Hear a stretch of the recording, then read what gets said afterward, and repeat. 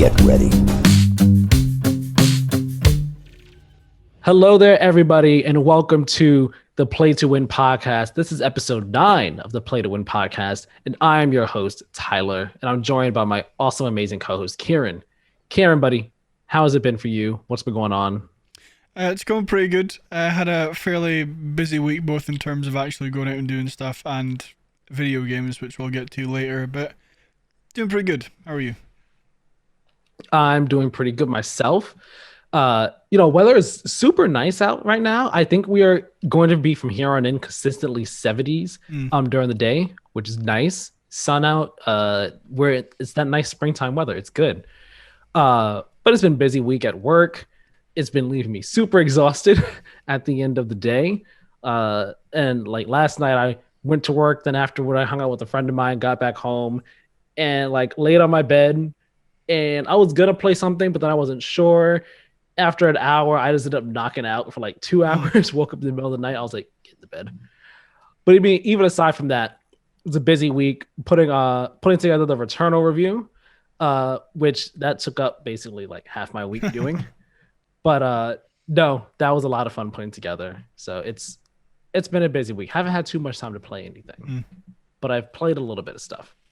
I'm very excited to hear about one thing you've been playing. Yeah, I know you are, which is why I was like, you know what? I want to at least start this for a little bit, even if only for a little bit. And I think that little bit that I played, I can say some good stuff about it.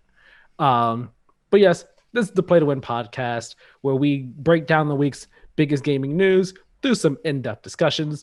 Remember, you could follow us over on Twitter and Instagram for updates on the show and all other types of jazz. Twitter and Instagram is at Play to Win Game, so follow us over there. You could also submit questions to us over there for the question of the episode segment that we do at the end of each episode. And also remember, subscribe to us over here on YouTube. Subscribe, leave a like, comment on the videos, share the videos with everybody. It all really helps us out a whole lot. Subscribe to us on podcast services around the world. Leave us reviews, rates, shares, all that stuff. It really helps out. Check out, as I already mentioned, check out the Returnal review that went live this past Wednesday. Our first review that we've done here on the channel. Of course, I reviewed the game and all like that. And I didn't talk too much about it last week because I didn't want to end up repeating a lot of what I said, what I was going to say in the review. But now that I've done the review, when we get to what we've been playing, I'll talk about it a bit more freely / in depth, since the review is out there now, and all that jazz. And also, another video went up this week. 2 videos, not just one extra video. 2 videos went this week. This past Friday, Keiran put out a video about how to preload games on your Xbox. So if you were one of those people who saw everybody on the internet preloading Mass Effect, and you were just like, what the heck? How could I want to play Mass Effect Legendary Edition. I want to preload it. I don't want to have to, worry about doing that the day of. And you didn't know how, go watch Keiran's video over here on YouTube. And that way you'll be ready for the next big game. That way you can preload it and not have to, deal with the wait and all that jazz. Yeah, no, I mean, it's my favorite, underrated feature of the Xbox mobile app. Fun fact, you can preload any game. Don't have to own it. Yeah, which is awesome. If I'm right, it's like you can pre-order the game and then so say for example, if they say Starfield or whatever, Starfield is coming out this year, pre-order is available now. If I'm correct, you should be able to preload it once they have the file size of stuff out there. Preload it on your Xbox, and the game hasn't even. I think you can even do it without buying a game, right? Yeah, well, that's the example I used in my video. I don't own Mafia 2 Definitive Edition, but when I was making the video, it was the first game that came into my head for some reason that I didn't own. So I used that, and you can just go into the Xbox mobile app and download it from there onto your console. Yeah, so definitely go give his video a watch. If you didn't know about this, or if you knew about it but you didn't know how to do it, go give it a watch. It's very enlightening. Give you a little bit of a tip and trick for the future. Save you some time on your Xbox gaming. But with all that being said, we're going to start talking about this episode. Our news for this episode. We got three main topics and a bunch of brief mentions to get through. Our three main topics this week are Ubisoft's shifting focus from AAA games, a bunch of new games being in development across a number of different studios and developers and all like that, and also Steam games possibly coming to consoles. But first, we have a couple brief mentions to get through, and we intend to get through these brief mentions very quickly this week. So, first up, Sony announced this week two new DualSense colors. They are, one of them is black on black, the other one is red on black. And I like the look of both of them.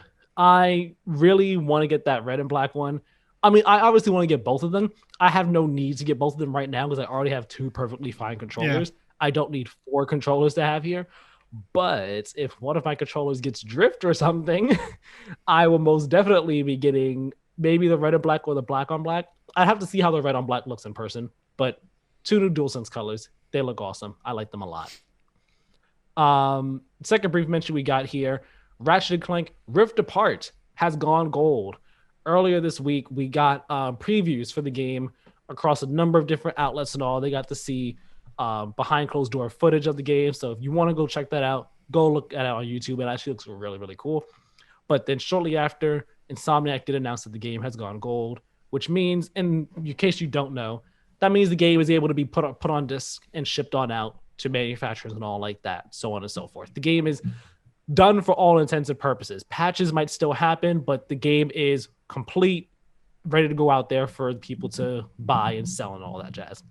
So that's exciting. Ready? Remember, Ratchet & Clank Rift Apart comes out June 11th. I'm super excited for that. Dark Alliance now. That's our third brief mention here. What's the Dark Alliance is a subtitle. What's the Dungeons and Dragons? Dungeons and Dragons, right? Yeah, Dungeons and Dragons Dark Alliance has been announced to be coming to Game Pass on day one when it comes out June 22nd. Keiran is excited about that. And it's not just Game Pass for console. Unlike what happened with Outriders, this is coming to Game Pass day one for console, PC, and cloud. So that is awesome. Everybody gets to enjoy some Dark Alliance when it comes on out on June 22nd. Keiran, what's up? I'm very excited for this. Oh, god damn it. I googled to see if it supported crossplay because I know one of my friends on PC who would love to play this. But yeah, I mean, I'm very excited. I really wanted to buy this game, but because I've just bought Mass Effect and Resident Evil, I can't really afford it. So really great it's coming to Game Pass day one because now I don't have to buy it. Yeah. I mean, the game just cool. Also looks really, really cool. And I'm also like a big D&D nerd, if you couldn't tell by like where is it there? There's a big D&D book. I see. I never knew what that was, but now I know.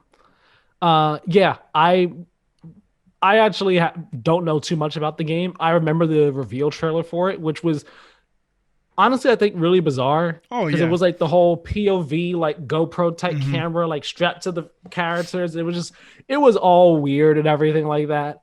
I think that trailer kind of like took my interest in the game. It was like down to just, it wasn't anywhere at first. Then it got announced like, oh, what's this? Oh, dear God, no, I don't like this trailer.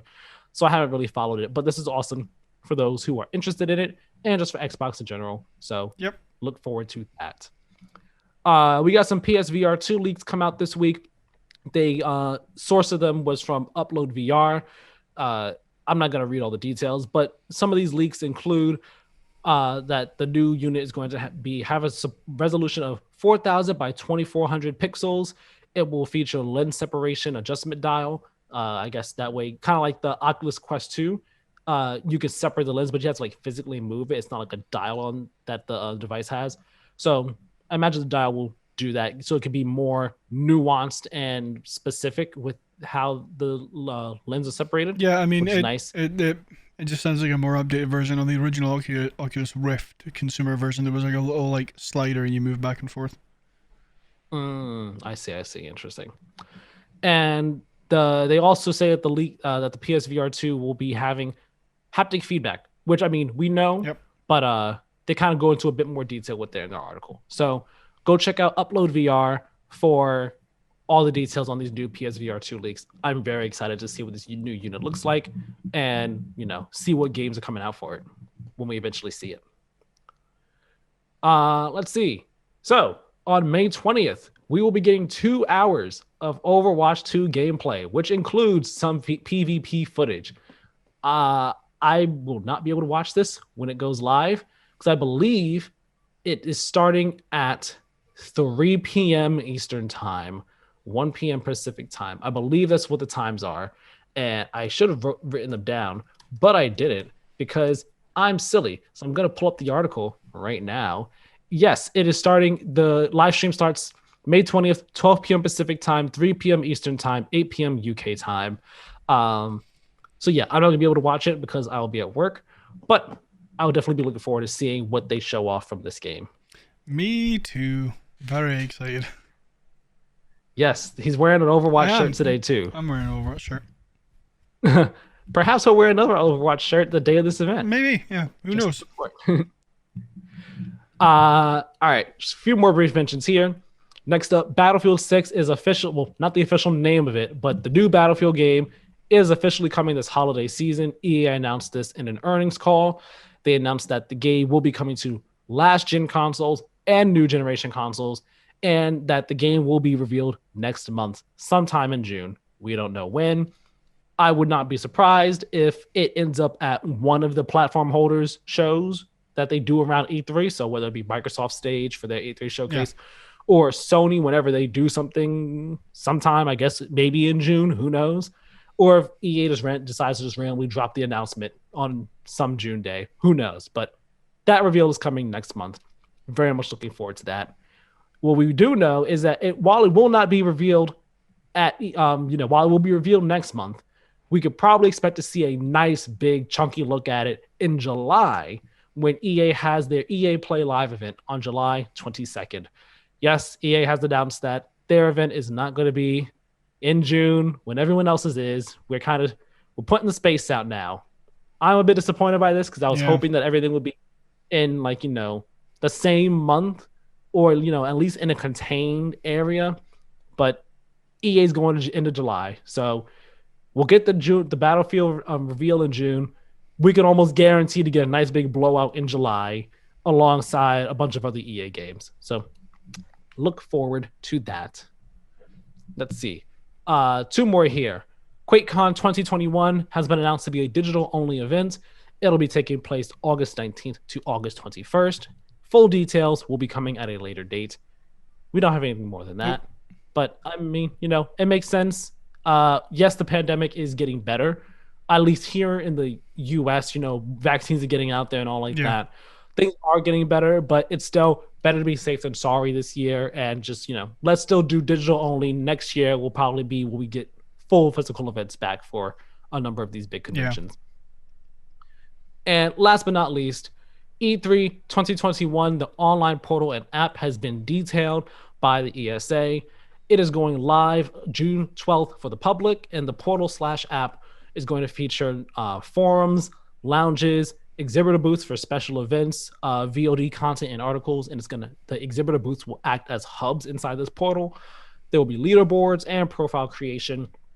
You can read more in depth about what all this entails over on the ESA's website. They have a little news tab on there where you could go, and then they have the whole piece about it. But yes, those are our brief mentions this week. We got through those brief mentions pretty quickly this week. Yeah, I mean, compared to usual, yeah. They were actually pretty brief, which is very good. That was the intention. Yep. So with all that being said, we are now going to get into our main news stories for the week, starting off with some Ubisoft news. Ubisoft, I believe they had an earnings call this week. And on their earnings call, they were talking about a number of different things, kind of saying these games are kind of having this release window, so kind of reveals some delays and all like that. But they also talked about their business plans for the future. And one thing that stuck out for a lot of people was this quote that they said about AAA games and how they intend to be kind of focused less on AAA games, AAA games. See, I'm messing up my words here. So I'm going to read this quote here from their earnings call. And this article, this quote that I'm getting this article from, it's an IGN article written by Rebecca Valentine. She was listening in on the earnings call, and this quote here is said by Frederick Duguay, I believe is how his name is pronounced, Ubisoft's CFO. So the quote goes, in line with the evolution of our high quality lineup that is increasingly diverse, we are moving on from our prior commitment regarding releasing 3 to 4 premium AAAs per year, he said. It is no longer a proper indication of our value creation dynamics. For example, our expectation for Just Dance and Riders Republic are consistent with some of the industry's AAA's performance. Additionally, we are building our high-end free-to-play games to be trending toward AAA ambitions over the long term. This is purely a financial communication evolution and does not change the fact we continue to expect a high cadence of content delivery, including powerful premium and free-to-play new releases, as well as continued expansion of our post-launch plans with an increased focus on delivering our biggest franchises, end quote. So Keiran, I want to know what do you take? What is your like first take on all this? Well, the reason I saw this initially was because everyone was overreacting, being like, "What? Ubisoft's only making free-to-play games now? This is awful." And I'm like, and then I like read up on it a little bit. I'm like, no, that's not what they're doing at all. They were just putting more of a focus on free-to-play games and making their free-to-play games more in line with something like a AAA game in terms of quality. Like they're, I mean, hang on, let me, give me a second. I'm trying to find, the quote that you just read. Yeah, I mean, from the quote, so you expect a high cadence of content delivery, including powerful premium and free-to-play new releases. So they're not going to stop making Assassin's Creed or Far Cry or like any of their big titles. Like, of course they're not. So these are money makers. But like, I think this just means that they are, because free-to-play games are like where money is at in the video game industry. Like that is like, if you look at mobile, like all the free-to-play games, how much money they make on microtransactions, it's insane. Because like half of the world's population are mobile gamers. So it makes sense that they would want to tap more into that market. I mean, they've released a bunch of mobile games, I think over the past like 2 or 3 years. So like it would make sense that they want to put as many mobile games or free-to-play games out there that they can then highly monetize for microtransactions. But yeah, I mean, I'm very curious to see what this means for like the future of Ubisoft, because I mean, like I say, they're not going to stop releasing like the big blockbuster AAA games. That's just going to be less of their focus. And for a company that's basically been their focus forever, then I'm very curious to see what that turns into. Yeah, see, when I first saw the headline as well, I was like, wait, what? I was a bit cautious, yeah, I guess you could say, because I was like, wait, what does this mean? And then after reading the quote and all, it's like, okay, this isn't them saying, like, yes, he said we're moving from, releasing 3 to 4 AAA premium games per year. But it kind of becomes a question of like, what are their AAA? What do they mean by AAA? And what do we mean by AAA? Yeah. Because they haven't, if you consider like Assassin's Creed or Far Cry, Watch Dogs, if you consider like those games to be their AAA games, or like Rainbow Six, whatever, those games to be their AAA games, they haven't put out 3 to 4 of those per year. You get maybe 1 or 2 of those in a year, and then like you'll get like other smaller games that also come out in the same year as well. But if they consider like a game like what, like they say here, Riders Republic or Just Dance, they say here, for example, our expectation for Just Dance or Riders Republic are consistent with some of the industry's AAA's performance. So it kind of begs the question, okay, so are you considering all of your games to be AAA in a sense? And then if that's the case, then all the games that you release in a year are generally considered AAA then, Um, right? in that IGN article that you've linked in the doc, I had a read of that before we started. And as far as I can glean from that, Rebecca Valentine in that says that Ubisoft don't consider Just Dance, Riders Republic AAA games, but they do consider like Immortals Phoenix Rising, I forgot about which if you Immortals. take that into account, they did release three last year: Valhalla, Legion, and Immortals. Um, but What about the year before that? yeah, I was going to say I don't know if that's the case, the year before, because I assume by year they mean financial year and not like January to December. So Yeah, but I'm still trying to think like even 2019 into 2020, we had was that the year that the Far Cry expansion came out? Well, not expansion, but the standalone New Dawn. Was that when that one came out? I think maybe. If not, then it came out like just before the 2019 to 2020 fiscal year started. Uh, but we had what? So let's see. 2019, I think you had a Ghost Recon game. Maybe I think that was when Breakpoint came out. sounds about right. Yeah, Um, you had Assassin's Creed Odyssey DLC coming out that year. You, I don't think the Division 2 came out it 2019, did. but there was March still 15th, it 2019. did. So that may or may not have been right before or right after their fiscal year ended Yeah, for 2018 and all. I It, it I also don't know if they're including Assassin's Creed 3 remastered. right. Yeah. So I kind of went through Rebecca's whole article here because she does a kind of a breakdown of what this means of what Ubisoft's statement here means of them saying they're moving away from AAA and all like that. And as she says here at the start of the art, near the start of this all, she says, I'm trying to find it here. Here we go. She says, uh, this comment has many people upset, worried that Ubisoft is abandoning its tradition of massive console and PC releases like Assassin's Creed, Far Cry, and Watch Dogs in favor of the free-to-play mobile model that makes piles of money but leaves a sour taste in the mouths of the more mainstream gaming populace. But the actual meaning behind "do you get" statements, again, I hope I'm pronouncing his name right, yesterday is more complex, mostly less scary, and frankly a little boring. It's less a sea change in Ubisoft's portfolio strategy and more the continuation of what Ubisoft's already been doing for years. A strategy that most major gaming companies are embracing too, whether we like it or not. Uh, and that's the thing at the end of the day. We've been seeing them put out less, of these AAA premium Yep. games each year. And instead, we got Hyperscape came out. They've that I think that is free to play Yep. battle royale game, which granted wasn't the biggest hit when it came Yeah, I out was about to last say year. it It kind of came out, went like. it was like, okay, this is cool, and kind of has just kind of gone down since then. But I mean, it's still Yeah. alive. The game is still living, maybe not thriving.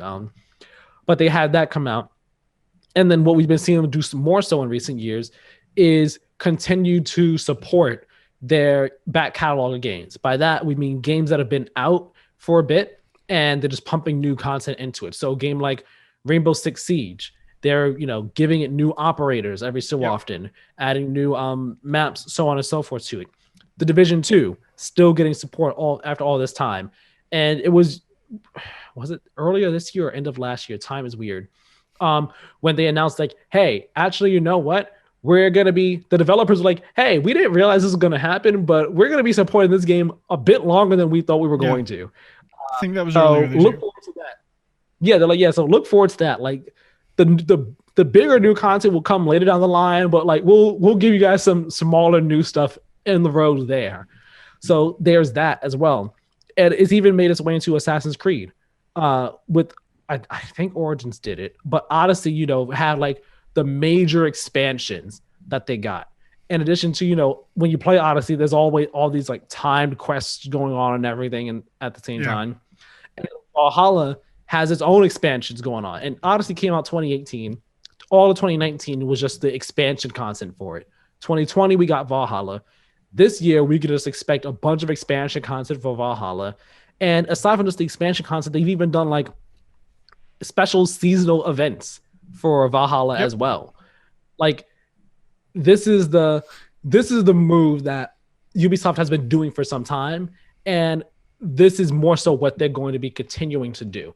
They're gonna, yes, they're gonna, do more free to play or mobile stuff, because I mean that's obviously where a lot of the money comes from in the gaming industry these days. Like free to play is like the way to go. If you can have a killer free to play game that's monetized properly, that's a great source of revenue. I mean, everyone says this, but look at Fortnite. Granted, it's made by Epic Games, but Fortnite is the reason we can have stuff like the Epic Games Store being a loss leader for years on end and just putting out a bunch of free games and all like that.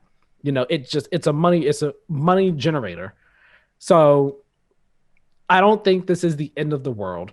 I think it's just more so, again, Ubisoft confirming and or reaffirming, hey, this is what we've been doing, and we see a future in this that is good for us, a profitable future for us, by continuing to, I guess, I don't want to say like free to play our premium games, but like help our premium games. They come out, but then we just help them, we support them for longer through a gradual or steady pace of new content being added to it, whether it be giant expansions or just seasonal events or things like that happening in the game. We support it with content over time and all like that. And then our free to play games, our free to play games, let's try and make them into bigger things as well. Let's try and make them more appealing. And as I say, they are building their high end free to play games to be trending towards AAA ambitions over the long term. So I imagine that means a game like Hyperscape, yes, it's a free to play game. Yes, it's a battle royale, but there's clearly, at least I haven't played it, but I mean, it looks like there's clearly budget behind it, and they want that to be like a big AAA thing on the level of like Apex and Fortnite. So I imagine, they'll be trying to build that up, make it a bigger thing and a better thing, so that by the end of this year or next year or whenever, Hyperscape is in that conversation. When you think of battle royale games, like right now, you think of automatically Warzone, Fortnite, Apex, and those are really the main three. PUBG, maybe, I don't know how popular PUBG still is. Yeah, I was going to say PUBG. PUBG is the first one that comes into my head when everyone says battle royale, just because that's the one I've played most of. Yeah, I mean, it was also like the originator. Yeah. Originator is the wrong word, but it is the one that made it very popular. Yeah, it's like the first of like the battle royale era of video games, if you will. Yeah, like again, it's the one that made it popular, because I think battle royale, PUBG kind of stemmed from what it was, an H1Z1 mod or mode or something like that.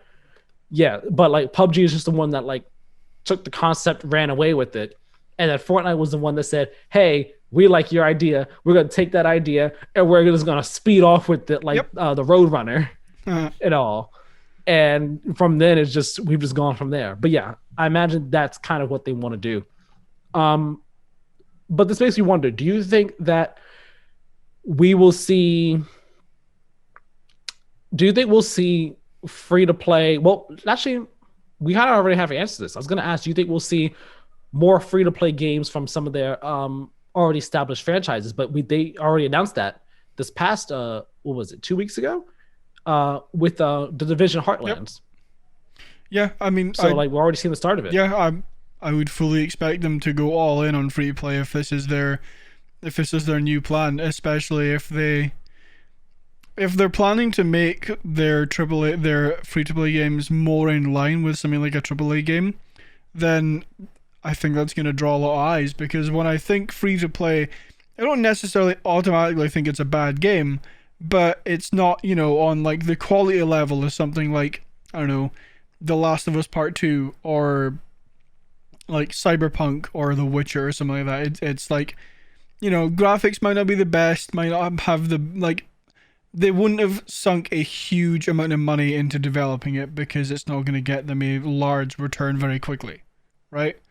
So when I think free to play, I don't, like I said, I don't necessarily automatically think it's a bad game. I just don't really expect much from it, if that makes sense, which is probably unfair of me, but hey ho. Um, so if they are, your expectations are lower because you're not putting in money up yeah, front. exactly. It's like if you compare the quality of a free to play game versus a $70 game, like there's gonna be no comparison. Like the $70 game is gonna be like, you know, super big budget, like lots of time spent on making the game look and play and perform very, very well, versus a free to play game that might not, you know, have the manpower or the money or the time behind it. So I let's put a caveat behind that though.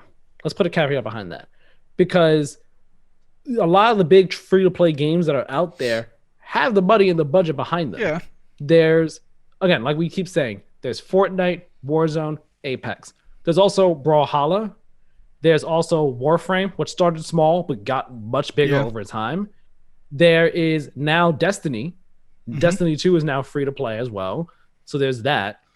You know, a game being free to play doesn't necessarily mean that it's low budget. I mean, Rocket League is now free to play too. Wasn't before. Um and also, you know, there's a I think it's I don't know if I'd say it's fair to necessarily compare free to play games to the biggest and the biggest of the blockbusters for AAA's, like Last of Us or Witcher 3, maybe Cyberpunk. Because maybe we can have Cyberpunk in that conversation. When you said that in the back of my mind, I was like, that's a kind of an interesting one to throw in there next to The Last of Us and Witcher 3. I don't know, I was just thinking of like big budget AAA games. I got what you meant though. I was just like, quality wise, I don't know if I'd say it's on the same level. What? No, Cyberpunk is like the best game that's ever been released. Oh yeah, you know, the best of the buggiest maybe. But no, yeah, I get what you're saying though. Overall, I get what you're saying. Yeah, that like I'm not directly comparing every free to play game that's like, yeah, I think this is clearly on the same level as The Last of Us Part 2. Like, of course it is. But like more like using those as an example of like I wouldn't expect a free to play game to be of that quality. Like, yeah. So it's gonna be really interesting to see what Ubisoft do. Like I say, if they can get free to play games to the same level as something like Assassin's Creed Valhalla or Watch Dogs Legion or I don't know, Far Cry 6 or whatever, that's going to be very interesting to watch because that's going to draw a lot of eyes onto Ubisoft because if they can do that, I would argue they would have some of the best free-to-play games in the industry. Now, I will still ask the original question I was going to ask of, do we think we'll see them do this with some of the other premium franchises? We already see it with Division, you know. Do you think that what other franchises do you think we'll see this with? Because I can imagine them at some point in time. Maybe they announce it this year. I can see them doing an Assassin's Creed free-to-play game. Mm-hmm. And here's the thing. I imagine if they do the Assassin's Creed free-to-play, it'll be multiplayer again. Yep. And I imagine if they do it, it'll probably be a combination of the co-op multiplayer that was in Assassin's Creed Unity. Mm-hmm. And maybe even the competitive multiplayer that they had from way back in the day. Yeah. With like Assassin's Creed Brotherhood and Revelations for a bit. If they managed to bring those two back and in a modern way that is unique and a lot of fun, I think they would have something really special and have like a great hit on their hands. Because a lot of people like the multiplayer in Assassin's Creed. They thought it was different from all the other multiplayer games all the other single player games that had like a multiplayer mode kind of tacked onto them. It was different and stuck out in a way where it was like, this is unique from everything else, but also like it is still Assassin's Creed at its heart. You're still skulking around trying to like find another player and take them out in the crowd and all like that without revealing yourself to whoever's hunting you down at the same time. It was like, I played it a bit. I thought it was fun. I didn't love it or like grow attached to it like so many people did, but I thought it was cool for what it was. And then they just dropped it. So I think if they did bring it back in a smart way, in a free to play space as well, that could be cool. Yeah, 100%. I can't actually remember playing the Assassin's Creed multiplayer. Um, I'm sure I did at one point, but no, that sounds exactly like what I would expect Ubisoft to do with a free to play game that's set with Assassin's Creed. Am I the only one who thinks that Assassin's Creed Battle Royale wouldn't be terrible? It's funny because I was just thinking to myself, like, could they do an Assassin's Creed Battle Because Royale? I don't. Here's the thing: if they did an Assassin's Creed Battle Royale, though, like, I there's no way they could do it in a way that's actually like a assassination style, like that's stealthy. It would have to be more so like the more modern day Assassin's Creed, where it's like, all right, are more so action RPG esque, and it would be really weird. It would just be really weird. I don't know if they could do it. I was gonna argue that the stealthy, like older style Assassin's Creed is exactly how I would see them doing it. Because if you think about it, right? Every battle royale that's on the market just now is like machine guns, shields, grenades, abilities. If you go back to just having like smoke bombs and a hidden blade, like that could be real interesting. That would, I mean, one, it would definitely stand out in the whole like battle royale market, but two, it would be really interesting because you would be like, you would have to be very, very tactical about how you play that. Yeah, but I'm trying to imagine like how many players do you have that at, and it's still fun for the entire match? Yeah. How, like, the drop-in system? How the heck would that work? And just that, just on a base level. All right, we're gonna drop out the sky in an Assassin's Creed battle royale. Where we dropping from? How we dropping in here? We're dropping in from the birds. The birds are gonna carry us over the map. We just drop. We don't care if the birds live. Like the physics of it don't they matter. had the Leonardo da Vinci glider in one of them. You could use that. So then we're gonna get real asynchronous with the Animus now. Just have Leonardo da Vinci's glider back in like the Norse mythology times and all like that. No, maybe. I don't know. I'm joking. Yeah. I'm joking. No. Like in my head, this battle royale is in like, Assassin's Creed 2 setting, not modern day, like, Valhalla or Odyssey kind of style of game. Mm-hmm. Or maybe what they could do is they could do it kind of like how Modern Warfare, like Warzone and Blackout did it, where the map was made up of multiple different maps from previous games in the franchise. So what they could do maybe is they could have their Assassin's Creed Battle Royale map have different biomes, but each biome is based around a different game. So you could have I haven't played Valhalla yet, but you could have, I guess, like a foresty type of area that's inspired by Valhalla. You could have an area that's inspired by Odyssey. You can have your desert area that is clearly Origins inspired. Then you could have your smaller type of town area that's inspired by Brotherhood. It could even be the home base that you have in Brotherhood that you're like in the modern day. Maybe it could be that. Then you can have Paris. You can have Paris, like part of that area from no, I mean not Paris, London from Unity. That could be like Syndicate. Its own little section. Paris was Unity. I said what I said and I made my correction in my head and I was like, this is the one I meant. Yeah, I was wrong.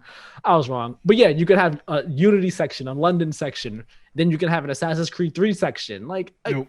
I think, yes, Assassin's Creed 3, I still like that game. I have not played it since 2012, but I still like that game. And even a Black Flag area, something, yes, like that could be like a beach type area, like a whole beach area, like ships are wrecked and stuff like that. Like, I think a map for Assassin's Creed Battle Royale could have so much potential. It's just the actual moment-to-moment gameplay of it and the player count that makes me wonder how they would even do that if it was solely stealth. Yeah. Two things going off of what you just said. One, if they did do that, then each area would have to be very condensed.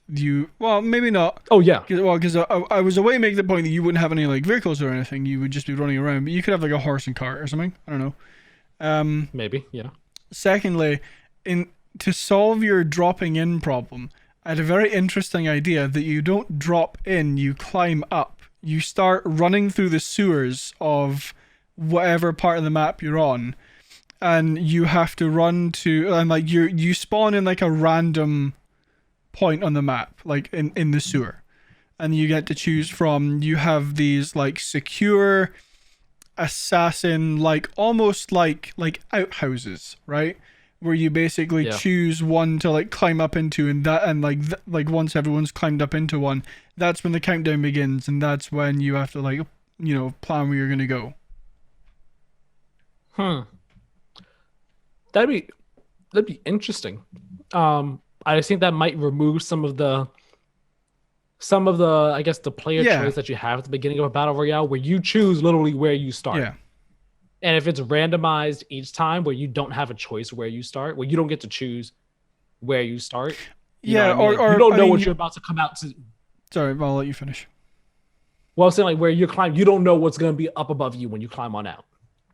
Yeah, I mean, you could even have it that like, so say you do your idea of like, you have one area that's Unity, Syndicate, Odyssey, Valhalla. You could even like, as the game's starting, you could choose your preferred like starting kind of area, and then each area has, say there's 40 people in a match, and each like you have like 4 areas. Each area has room for 10 assassins, and then you, similar to like how you would pick a hero in Overwatch. Like if you want like a specific hero, take Orisa for example, you have to be quick in picking Orisa in case someone else takes her. So you could have it so that each player starts at the exact same time. Once everyone's loaded in, then you pick your like starting area, and then you like spawn in the sewer of that area, and you have to run and try and find one of these like outhouse ladder things. Yeah, I don't know. It's interesting. Yeah. No, that's an interesting idea. I imagine we'll see some sort of Assassin's Creed multiplayer, free-to-play thing in the future, whether it be a battle royale or not. But I'm liking the ideas that we're coming up with. Yeah. But yeah, I don't think that we have too much to worry about with this. Like we were saying before, we think it's just more so a continuation of what they've been doing the past, couple years. And we're still going to be getting, their AAA games from them. They're just going to be getting free to play stuff from them as well. And more so just continued support, ongoing support for these games to have them live on longer and have a way to monetize them. All that being said, there was a little bit extra that came from this earnings call as well. One of those things being that Skull and Bones is delayed. It's coming out sometime between 2022 and 2023.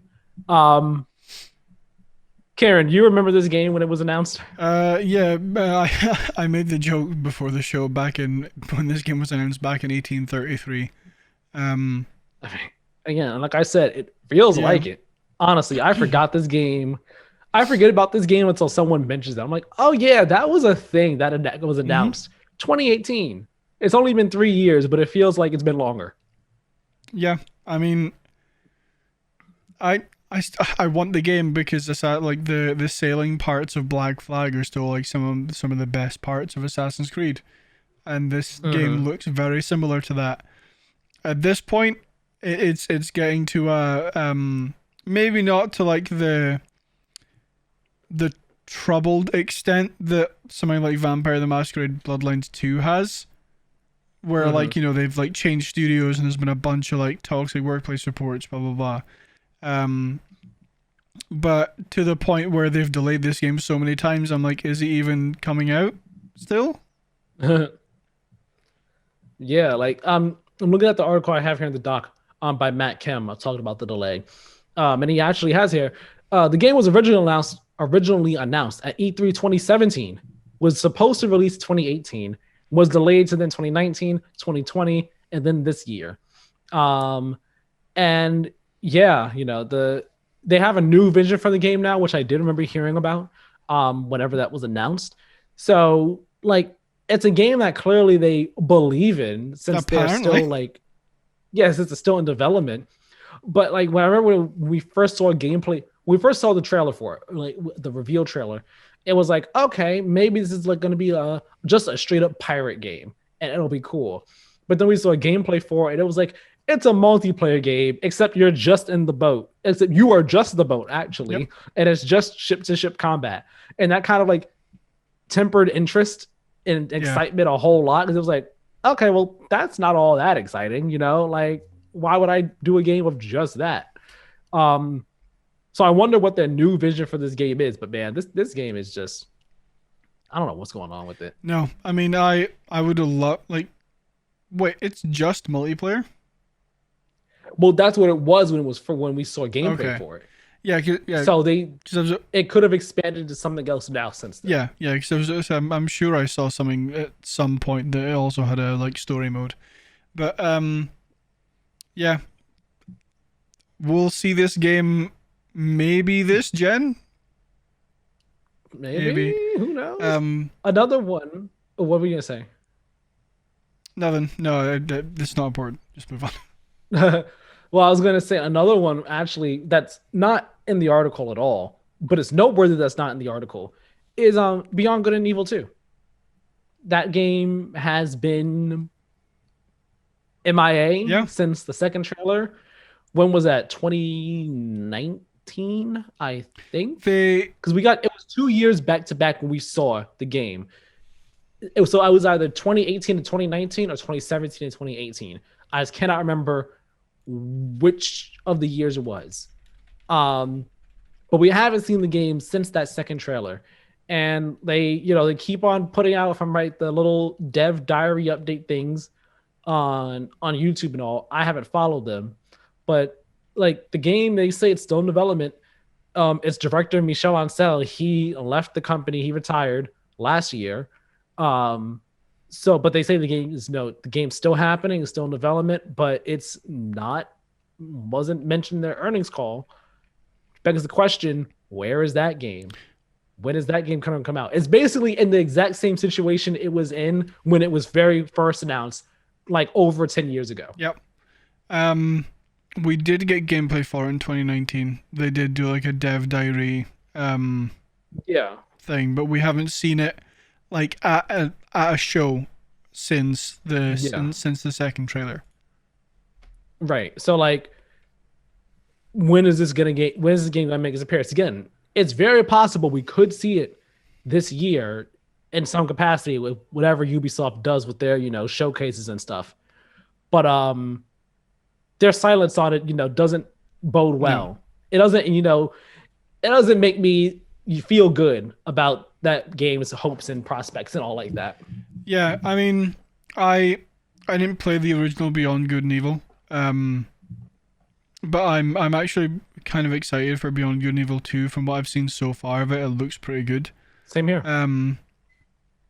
But yeah, no idea what's happening with the development of that. Haven't heard anything in a while, so hopefully things are good. I sincerely hope so. I want things to be good with that game. I want it to be great. I want it, to be something that makes the fans super happy when it eventually comes out. Yeah. Let's move on from games that we kind of don't know what's going on with, to some games that, while we still don't know much about what's going on with them, we at least have confirmation about, games happening. We got a bunch of devs from across, the industry kind of came out and said, hey, we're working on games. And each of these stories on their own is honestly like a little brief mention, but it was so many that happened this week. I was like, you know what? We're just going to bundle them all into one nice news topic here. So we'll start off over in the Xbox land. First up with In Exile, reading from a VG247 article by Dom Pepiat, saying, In Exile Entertainment, the development studio behind the Wasteland series and Torment Ties of Numenera, has teased its next game as an FPS RPG. The studio dropped a hint about its next project in a reply to an Xbox tweet yesterday. The Xbox account asked, "What kind of game should I play next?" To which In Exile replied, "Pulled new plus FPS plus RPG." And certainly not the most robust tease in the world, but it gives us some insight into what the studio's first Unreal Engine 5 game will be. In Exile was acquired by Microsoft in 2018 alongside Obsidian, so it's safe to say the title will be an Xbox console exclusive when it appears. Keiran, what is this? How do you feel about this? Does this do anything for you? I mean, gets me excited to see what Microsoft have up their sleeve in terms of games they haven't announced yet. I've never played an In Exile game. I had honestly had never heard of them before Microsoft acquired them. Yeah. But excited to see what this could be. I've seen rumors online that it's Fallout 5, and I'm like, no, it's not Fallout 5. Well, I mean, it might be Fallout 5, I don't know. Yeah. But like, I don't think it would be Fallout 5. I think it would be like, if it was anything to do with Fallout, it would be something along the lines of like Fallout New Vegas. Because I don't think Bethesda are gonna want to give up a main entry Fallout game.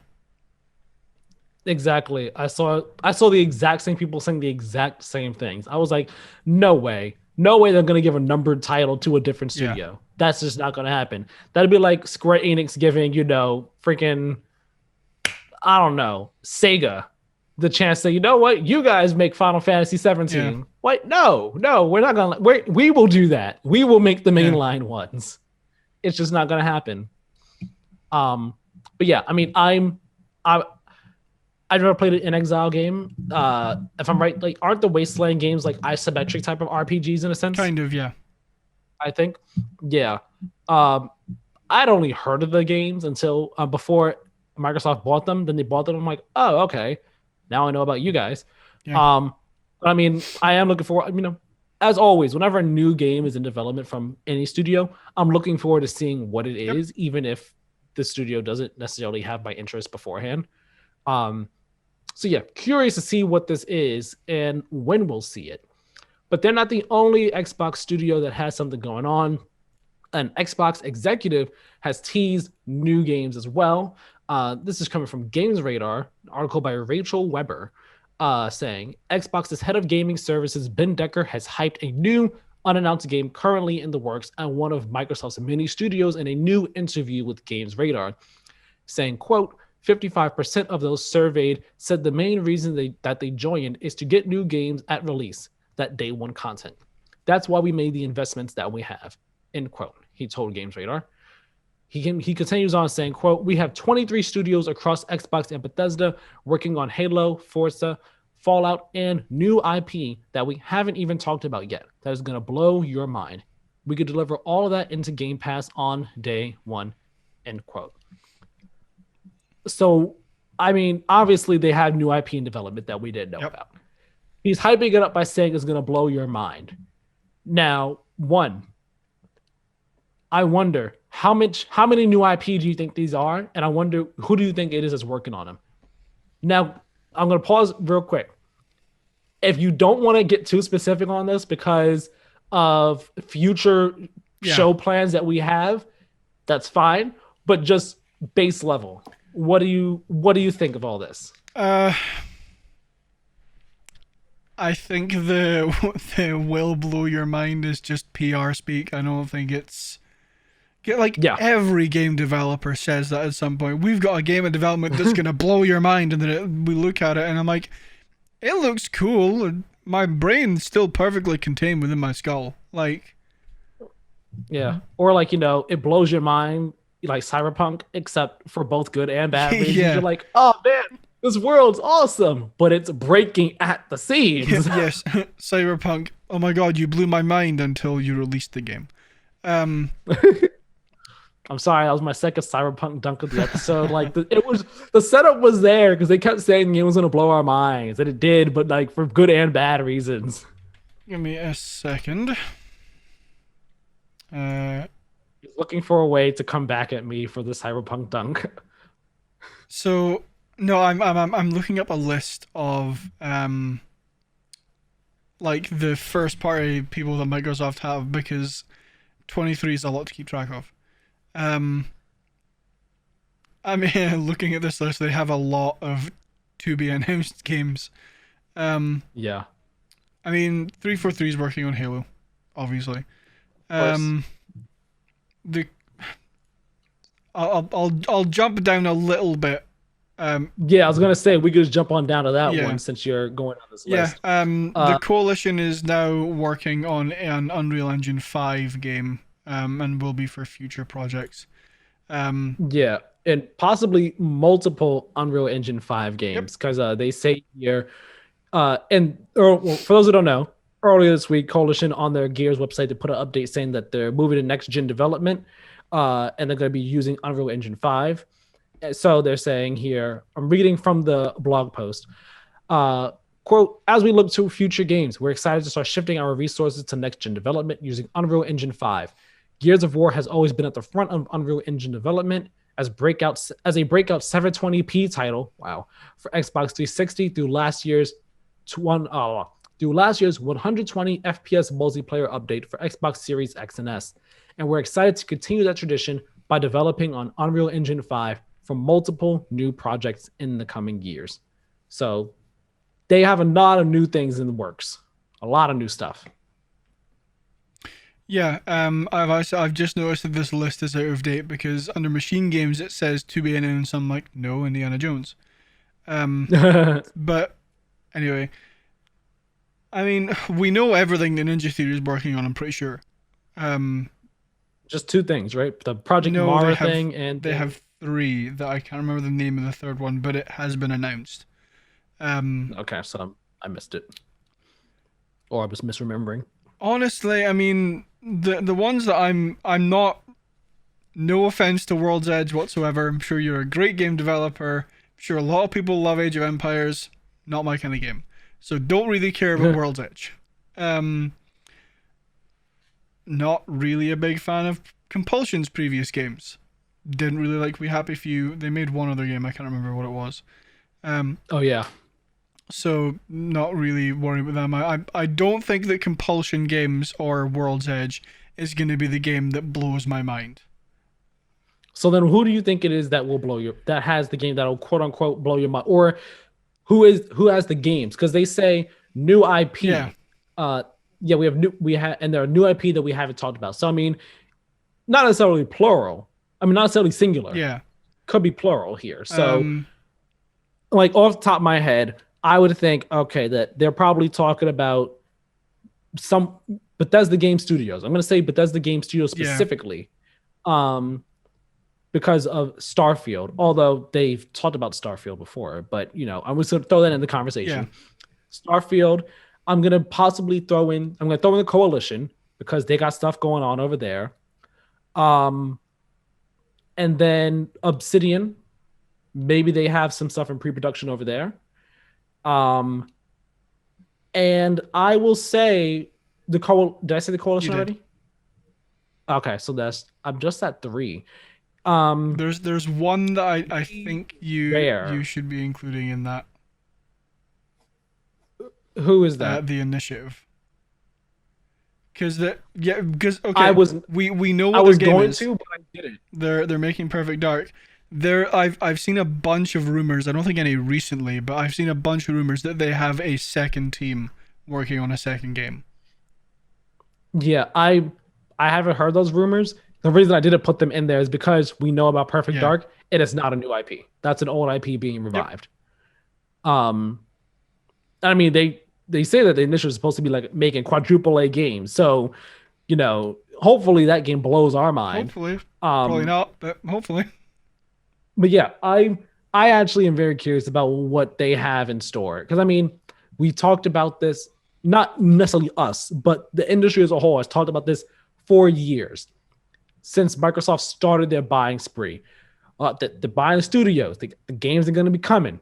Like this is their setup, and then a year goes by. All right, you know this is the setup. They just bought those studios last year. They're building up to something. Another year goes by. They buy some more studios. Yeah, this the year. This the year it's going to happen. Next year we're going to have the good stuff. The following year comes by. all right, yeah, we're building up to something. It's been a conversation. We've done this rodeo like 5 times, like 5 or 6 Yep. times for the past couple years. And it's to the point where they bought Bethesda, and it's again saying, "Oh yeah, here we go. We're doing it now. We're doing it." And I mean, I've made my thoughts on this well known already before. The Bethesda thing, I like Bethesda is its own entity. Bethesda games are generally good, Yeah. and buying Bethesda is buying quality. That's not the it's in my head it's not the same, but they're there. So it's what it is. Um, but what was I gonna say? But yeah, like this past year, we've seen the announcement of titles. So it's like, okay, we're getting games announced. Now we need to see gameplay of these games, and we need them to be good. That's what we need from them. And I'm hoping that these games from all these studios that they've been acquiring and all turn out to be good. Like I hope they actually are. Yeah. I mean, they can't afford for them not to be good. Put it that way. Like, Yeah, they can't. it's as simple as that. Um, yeah. I mean, sorry, to go back to your earlier question of who I think has these like IP that's gonna blow your mind. I think I'm gonna save that for Future show. future episode plans that we have. Hint, hint. Yeah. So I will say that I don't like Psychonauts as a. It's not that I don't like it. I've never played it. It just doesn't interest me. But I'm very interested to see what Double Fine's gonna work on after Psychonauts 2's done. Mm-hmm. But yeah, Xbox need their games to be good. I'm sure we're gonna see a lot more of what they have to offer at E3. Maybe we'll even see one of these games that is gonna eject my mind from my skull. Just press you're like you see it and then you just press the button on your head. You're just like, all right, this is it. Boop. No, like what I'm picturing in my head is me like sitting at a table and Phil Spencer like Jack Black in The Pick of Destiny when he is doing Master Exploder, just screaming at this guy and his head explodes. Oh my gosh, I've never seen that movie. It's so good. But that sounds funny and crazy. All right. Next set of developers and all that we heard about having a bunch of games in the works is Sony, which may not come as a surprise, but the number of games might come as a surprise. Reading this Verge article on Mitchell Clark saying Sony is apparently looking to release more than 25 PlayStation 5 games under its PlayStation Studios brand. And, quote, nearly half of them have, and, quote, nearly half, end quote, of them will not be sequels or spinoffs, according to Wired's interview with PlayStation Studio lead and former Guerrilla Games managing director Herman Hulst. This is very interesting and exciting, and as a PlayStation fan, Yeah. because we can already guess what some of these are. We know that God of War Ragnarok. I don't know if that's the official name, but God of War, the new God of War is in development. We know that we can not know, but we can easily assume that a new Spider-Man is in the works. Oh, 100%. Like that's kind of a foregone. It's kind of a foregone conclusion at this point. Apparently, maybe Last of Us remake. I hope not, but I would still play it, but I hope it doesn't happen because we don't need it. That's in the works. Horizon. I don't know if they're including that in this number, but sure, Horizon. Actually, yes, Horizon Forbidden West. That's coming. Ratchet and Clank is coming. Gran Turismo 7 is coming. That's 6 games I've named right there that we know of in some capacity. Past that, there's also Haven Studios, the studio that has Jade Raymond in it. That's 7. They're working on something with Sony, with the PlayStation Studios brand. And then there's Firehawk Studios, where they're working on a multiplayer game with them. That's 8.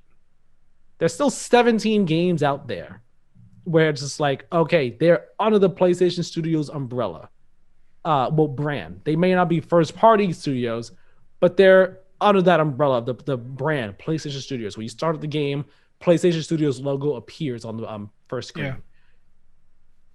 And we were just talking about Xbox and all their studios, and like they have a bunch of games in the works.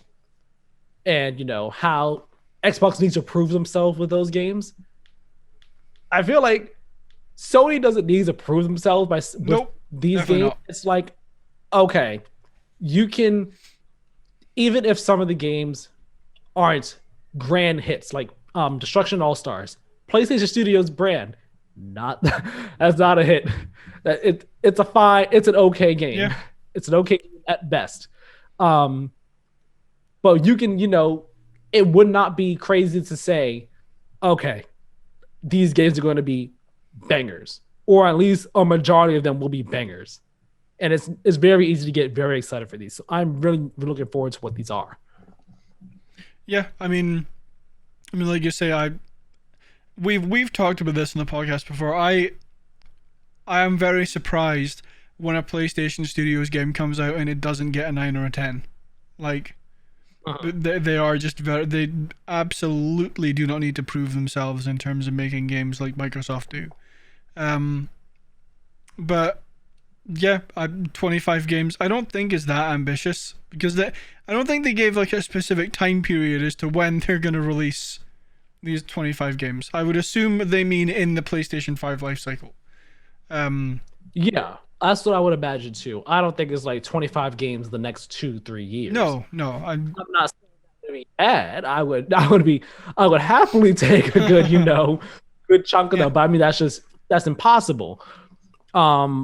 But no, yeah, that makes me think, we can expect a steady, healthy cadence of PlayStation Studios branded games over the next couple years. If they say there's 25 in the works, and we know about like 8 of them. Well, we know officially about 4. We know officially about 6 of them. The other 2 have not officially been confirmed. Those being Last of Us Remake and Spider-Man 2. Not officially. We can assume that these are really in production. 6 of these we know of. 4 of them scheduled to come out within the next 2 years. Yeah, that's what I was going to ask. So it says here, and quote, nearly half, end quote, of them will not be sequels or spin-offs. Do we think that includes remakes or reboots? Because I don't think it includes reboots. I do kind of think it includes remakes. Like remake, remaster. Possibly. So with that being the case, Last of Us might just be cut from that conversation entirely. Maybe. Yeah, actually, it's funny. We're reading those, and I kind of forgot about the sequel part. So yeah, that kind of. Well, no, that's still, they're saying like half of these won't be. So I mean, we can still talk about like them in the grand 25 scheme of things. No, yeah, it's still very exciting, and I'm sure like some of these will be with third-party developers and their partnerships. I'm just really excited about this. I'm excited, and I wonder when we're going to see some of these games actually, start to make their debuts. I will say right now, Sony, if one of those is Sunset Overdrive 2, please give me a PlayStation 5. Thank you. I was actually going to drop that in here as a brief mention, but I didn't. It was just that someone over in Insomniac was talking about Sunset Overdrive 2 and how they do own the IP, but and they would like to go back to that world. It's just a matter of the ifs and the whens, like if they do it and when they do it, if they do it and all like that. So yeah. And also, I think it was like recently there was a leak of I think a trademark or a rating for Sunset Overdrive like a Sunset Overdrive remaster of the original game. That leaked, which then started the conversation of, oh wait, is this coming out this year? And if so, is a sequel on the way? Yeah, I mean that would be perfect opportunity for Sony to test the waters on like, do people on PlayStation want a Sunset Overdrive 2? Exactly. I do have one very quick thing to add, going back to our conversation about Xbox, because one thing I just thought of, I would argue that one of these games that will blow my mind is Forza Horizon 5. Because like if you look at how, not in terms of like, like story or anything, but like graphically, if you look at Forza Horizon 4 on the Xbox One, it's still a gorgeous game. It's even better when you play it on a Series X and a 4K TV. It's mind-blowing how good that game looks. A Forza Horizon game specifically designed for the Series X would be incredible. That would be amazing. It's gonna be gorgeous, so gorgeous. Of course, we gotta wait some time before that comes Yeah. out. Who knows? Because I don't know if that's in development right now. You got Turn 10 working on the new Forza Motorsport, and Playground's working on Fable. I imagine that Microsoft will be content to let Motorsport be the Forza game for a bit, unless some Playground has like two teams and one of them is making a Horizon They do to have kind two of like teams. fill the void. Yeah. Okay, so then yeah, Horizon's probably in the works. Yeah. Actually, I think I've even heard rumors about it being in the works. So what am I even talking about? But we're gonna keep it moving here. Another developer that has talked about some games that they got in the works is Remedy. Remedy Entertainment, the developer of Control. Reading from IGN article by Jill Scrubbles saying Control developer Remedy Entertainment has confirmed that it's started working on yet another new game, meaning the studio has 6 publicly announced games yet to arrive. In Remedy's latest business review, CEO Tero Virtala explained that as of last quarter, quote, almost all of our internal Control developers have now moved on to work on other Remedy projects, including a new, exciting early phase project, end quote. Asked for comment on whether that game was separate to Remedy's previously announced projects, Virtala replied, quote, yes, we have a new project, but it is in very, very early stages. Nothing more to expand on that, end quote. Remedy didn't comment on if that new project had a publisher at this time. This means that publicly, Remedy is now working on 6 as of yet unreleased games. It's creating single-player modes for first-person shooters Crossfire X and Crossfire HD, 2 projects for Epic Games set in the Control/Alan Wake universe, one billed as a AAA game and the other as a smaller project, unrevealed free-to-play co-op game Vanguard, and the new early-stage project. I am very curious about what this new unannounced one, this newly announced one is. Because I actually forgot that they were working on the Crossfire campaigns. Completely forgot about that. So that's happening. I knew that they were doing stuff with Epic Games. I don't think I remembered that it was in the Alan Wake universe, let alone that there were 2 of them happening. Yeah, I gotta play Control. That reminds me. Gotta get through that game. It's so good. I'm gonna play that game sometime soon. I hope. But yeah, Remedy, I feel like they are a very interesting and intriguing and exciting developer because while I have not played any of their games, I never played Max Payne, Alan Wake. I didn't play Quantum Break because they didn't have an Xbox. I haven't played Control yet. But their games are always intriguing from a story perspective, but also just like visually what they do is always like really intriguing too. Like again, Alan Wake, it was, the whole thing with the light and the shadows and everything like that. Quantum Break, you had the time distortions and everything happening and going on and stuff. And Control, I never played it, but it's a trip. It's a visual trip. Yeah. In so many ways. I am very curious to see what it is that they have coming down the pipeline. Yeah, I definitely haven't forgotten about the Crossfire X campaign because it's probably one of my most anticipated things coming out this year. From what I've seen, like they've shown of it so far on like the Xbox stages and stuff. Definitely looking forward to that because first person shooters are like my favorite kind of game. Like that's typically the kind of game I play, and what we've seen from that game so far looks really, really good. Yeah. But yeah, I'm definitely excited to see what this like new early stage project is, and I'm also really excited to see what the next installment is in like the Alan Wake Control thing. I really want it to be Control 2. I know it's not gonna be, but we'll see. For story reasons or just because I really want another Control game. Because where Control left off, I don't necessarily know if you could do a sequel. You could do a sequel from that. That's all I'll say. But because you haven't played it yet, but yeah, no, you could do a sequel from the end of Control, sure. Yeah, I mean, like you said, Remedy's just a very interesting game developer. None of their games are really like somewhat similar to one another. Mm-hmm. They always kind of like new. Yeah, they may be like third person Yeah. shooters or third person action adventure games at their heart, but like the concepts that they go through and explore and everything from a gameplay perspective and story perspective is always different and interesting and really intriguing. So yeah, Yeah, I'm looking forward to what they got. yeah, I mean if I was to try and describe the story of Control, I'd just be like, I don't know, just a good acid trip maybe. Just I can't explain it. Just go play it. Yeah. Go play, you'll understand. Yeah, no, like genuinely, I was trying to convince one of my Twitch friends to play this game, and then she was like, "What's it about?" And I'm like, "Stuff."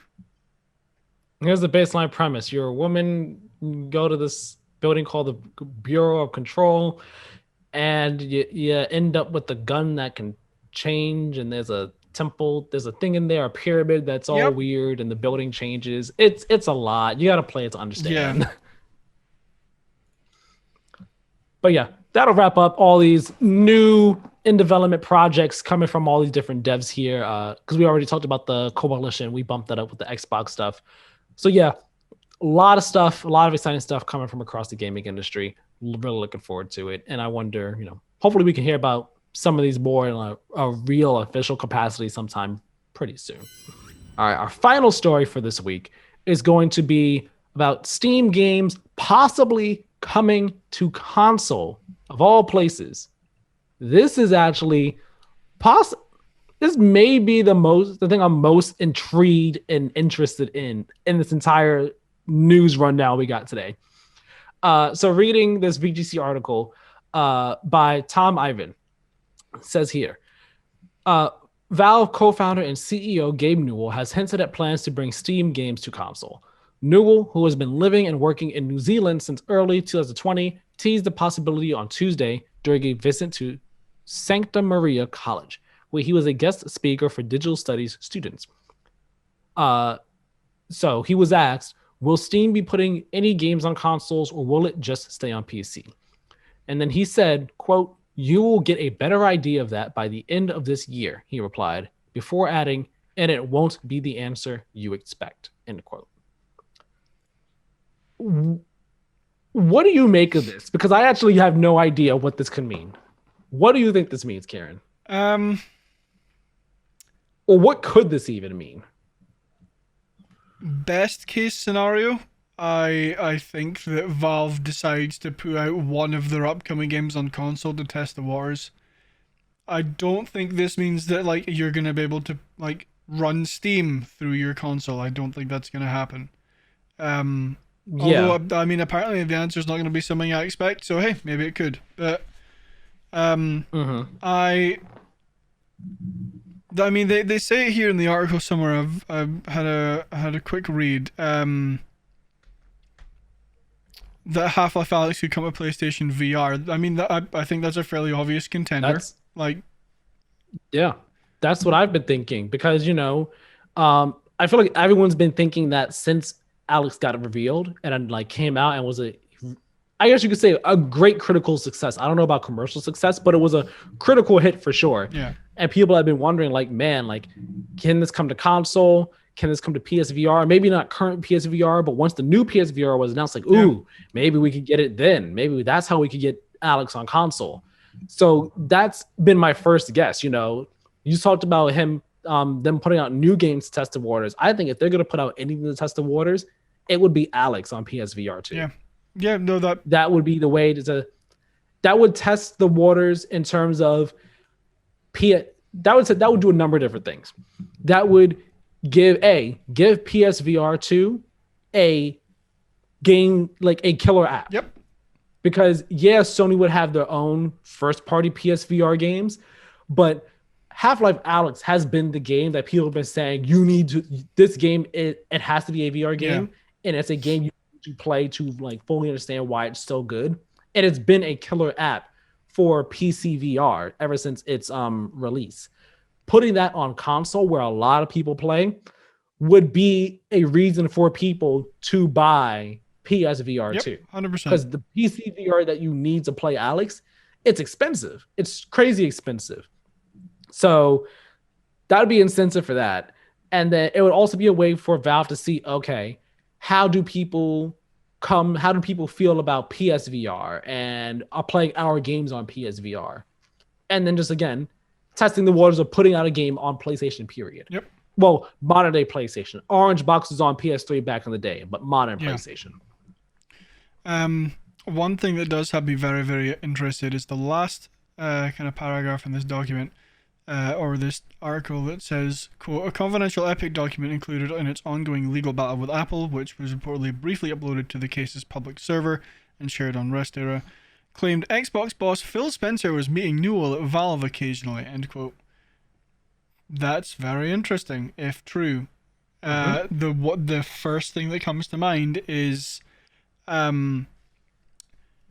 up here it says you'll get a better idea by the end of this year. Gabe replied before adding, and it won't be the answer you expect. Coupled with that last paragraph, maybe Steam comes to Game Pass. Maybe as a perk. Maybe you get, I don't know, maybe it could just be like, you know, a Steam gift card. Or maybe it could be or maybe it could be I'm sorry. That would be bad. Oh yeah, 100%. That would suck. I'm sorry. It's like, hey, Game Pass users, here's a $20 gift card for Steam. There you go. Yeah. Or could be what I said that I didn't think would happen earlier, is that you start getting Steam integration with Xbox Game Pass so that you can play Counter-Strike or the Half-Life games or other Valve games that I definitely know of. Yeah. As part of a Game Pass subscription? Maybe as part of a Game Pass subscription, maybe that's another tier in Game Pass, in their Game Pass model. You have Game Pass Ubisoft, Game Pass Square Enix, Game Pass Steam. Like, who knows? Mm-hmm. Yeah, that'd be interesting. I feel like I don't know if that would happen. I'm not saying it's impossible. I also don't know don't if think that would happen. Yeah, I think that there might be a bit too many hoops to go through with that one, just because of how big Steam is, and Steam is more than just Valve. I don't know. I think there might be a bit too many hoops to go through on that one. I don't know about that. I think maybe I don't know. I think that we'll see. Maybe we'll see like some of their some of their older games come to console. Just come to console that they are on right now.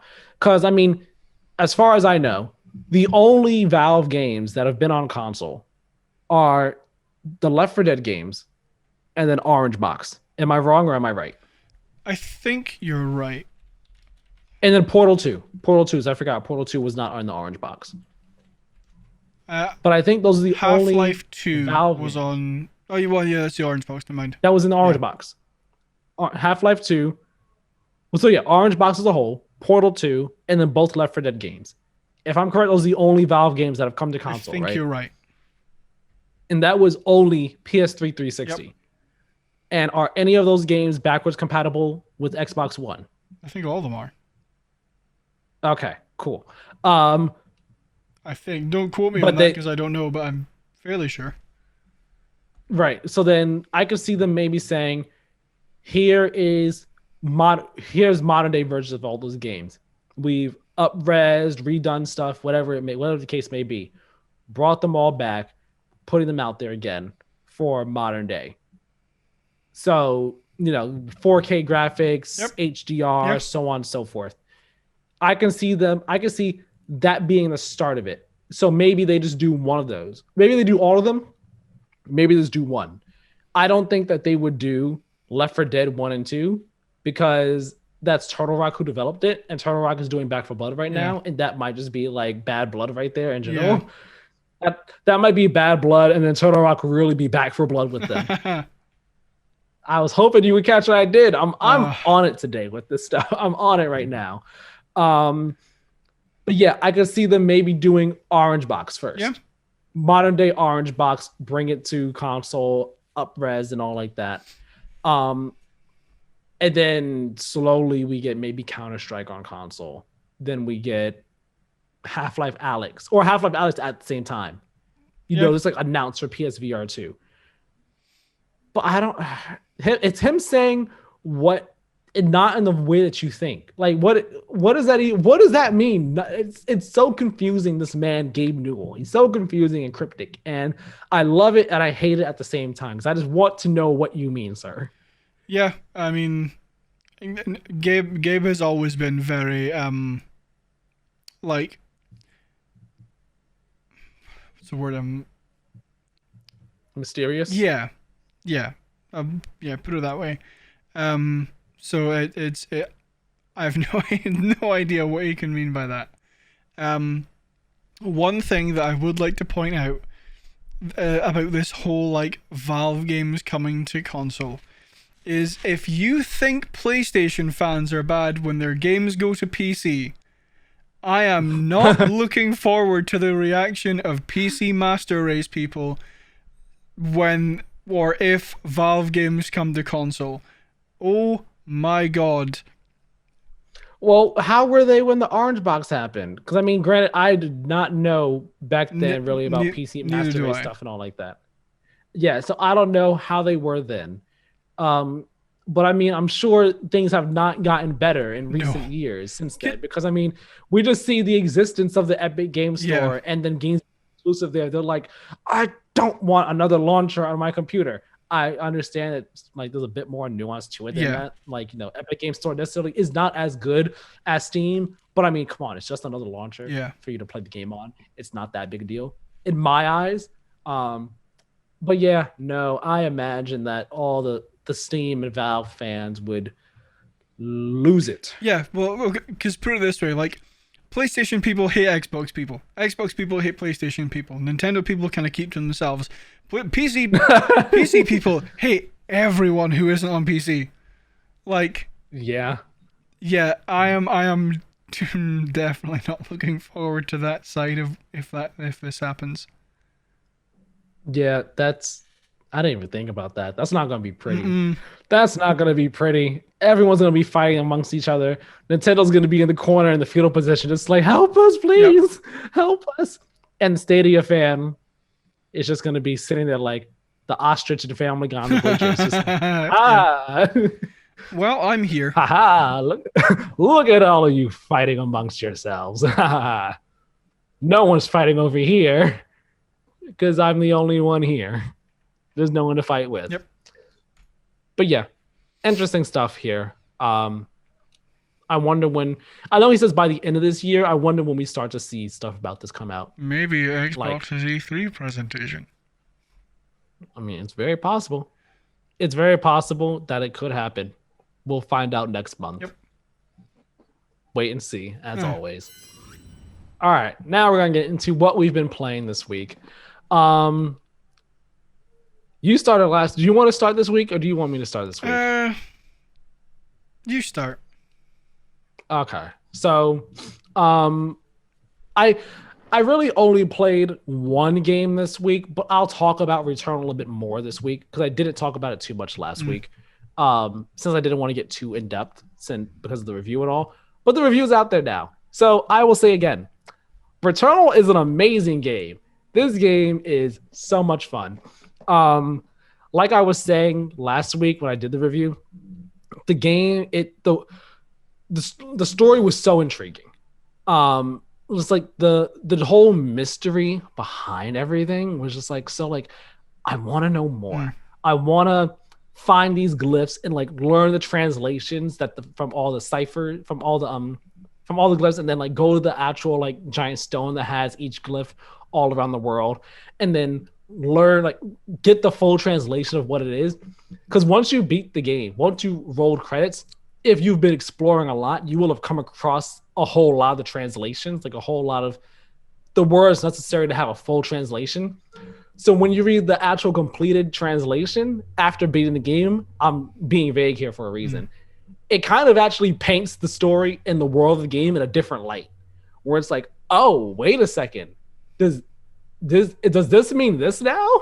And once I realized that, I'm like, ooh, I definitely want to like go back through the whole game and like actually try and find the rest of the full translations so I could read all the glyphs and have the whole story and like the backstory of everything be put into true perspective. It's really intriguing and really cool. Um, and then there's also again, like you see in the review that I show, like the different holograms that are there that like kind of form up in different spots in the world, and like each of the holograms, they have a like a I don't, it's not a diorama, but like an image of like just something that happened back in the Yeah. day on the post that like just presents you a glimpse into how things played out in the world, and all of that was just so cool. It was so freaking cool. And when you first come across them, you're only able to see what's there in front of you. But after you like once you get more some of the extra pieces like body upgrades that you get that are permanent upgrades for your outfit that let you traverse to different spots in the world. Once you get those, you're actually able to uncover yet another piece of the hologram puzzle for like that, not the hologram puzzle, but another hologram Yeah. in that specific room. So going back and again coming across one of those is like, okay, this paints another picture for everything here, another piece of the picture. Um, so all that's cool. And then again, the gameplay in that. Well, let me before I get into the gameplay. Uh, Again with the world, like it just looks so cool. It looks so freaking cool and just creepy and foreboding and ominous and just like I said, it gave me heavy Alien and Lovecraft Mm. vibes, and I was all for it. I was all for it. Especially, I think my favorite, well, one of my favorite designs was I made sure to highlight it in the review was the giant body thingy that had just like the one eye. Yeah. Uh, and when you see it, whenever you see it, it's always like the eye actually is a searchlight. Mm. So when you're going on the stairs or wherever, if you get caught in the searchlight, if you stay in the searchlight too long, it turns red, and then the eye will shoot stuff at you. That only happened to me once by accident because I was like in the eye for a bit too long, but I was running and I saw the stuff come at me afterwards. I was like, oh shoot. But their design, I was just like, oh, this is so creepy and just weird, but I Mm. love it. And then like in the second biome, you have like these octopus squid looking type creatures. Like their head is square, but like they have all these tentacles coming off their bodies and all like that. It's so cool, so weird, but I loved it. The combat in that game, like I said in the review, it's addictive, it's exciting, it's exhilarating, it's difficult, it's tough at times because enemies can there could be fights where you have a lot of enemies coming at you, manageable amount, but like a whole lot where you're just Yeah. like, all right, I'm on the run for right now. I was like on the run, trying to just take them out bit by bit. And sometimes it could only be one enemy, but that one enemy will just like lunge at you and just jump at Mm. you from across like the room that you're in, and you're in a contained room.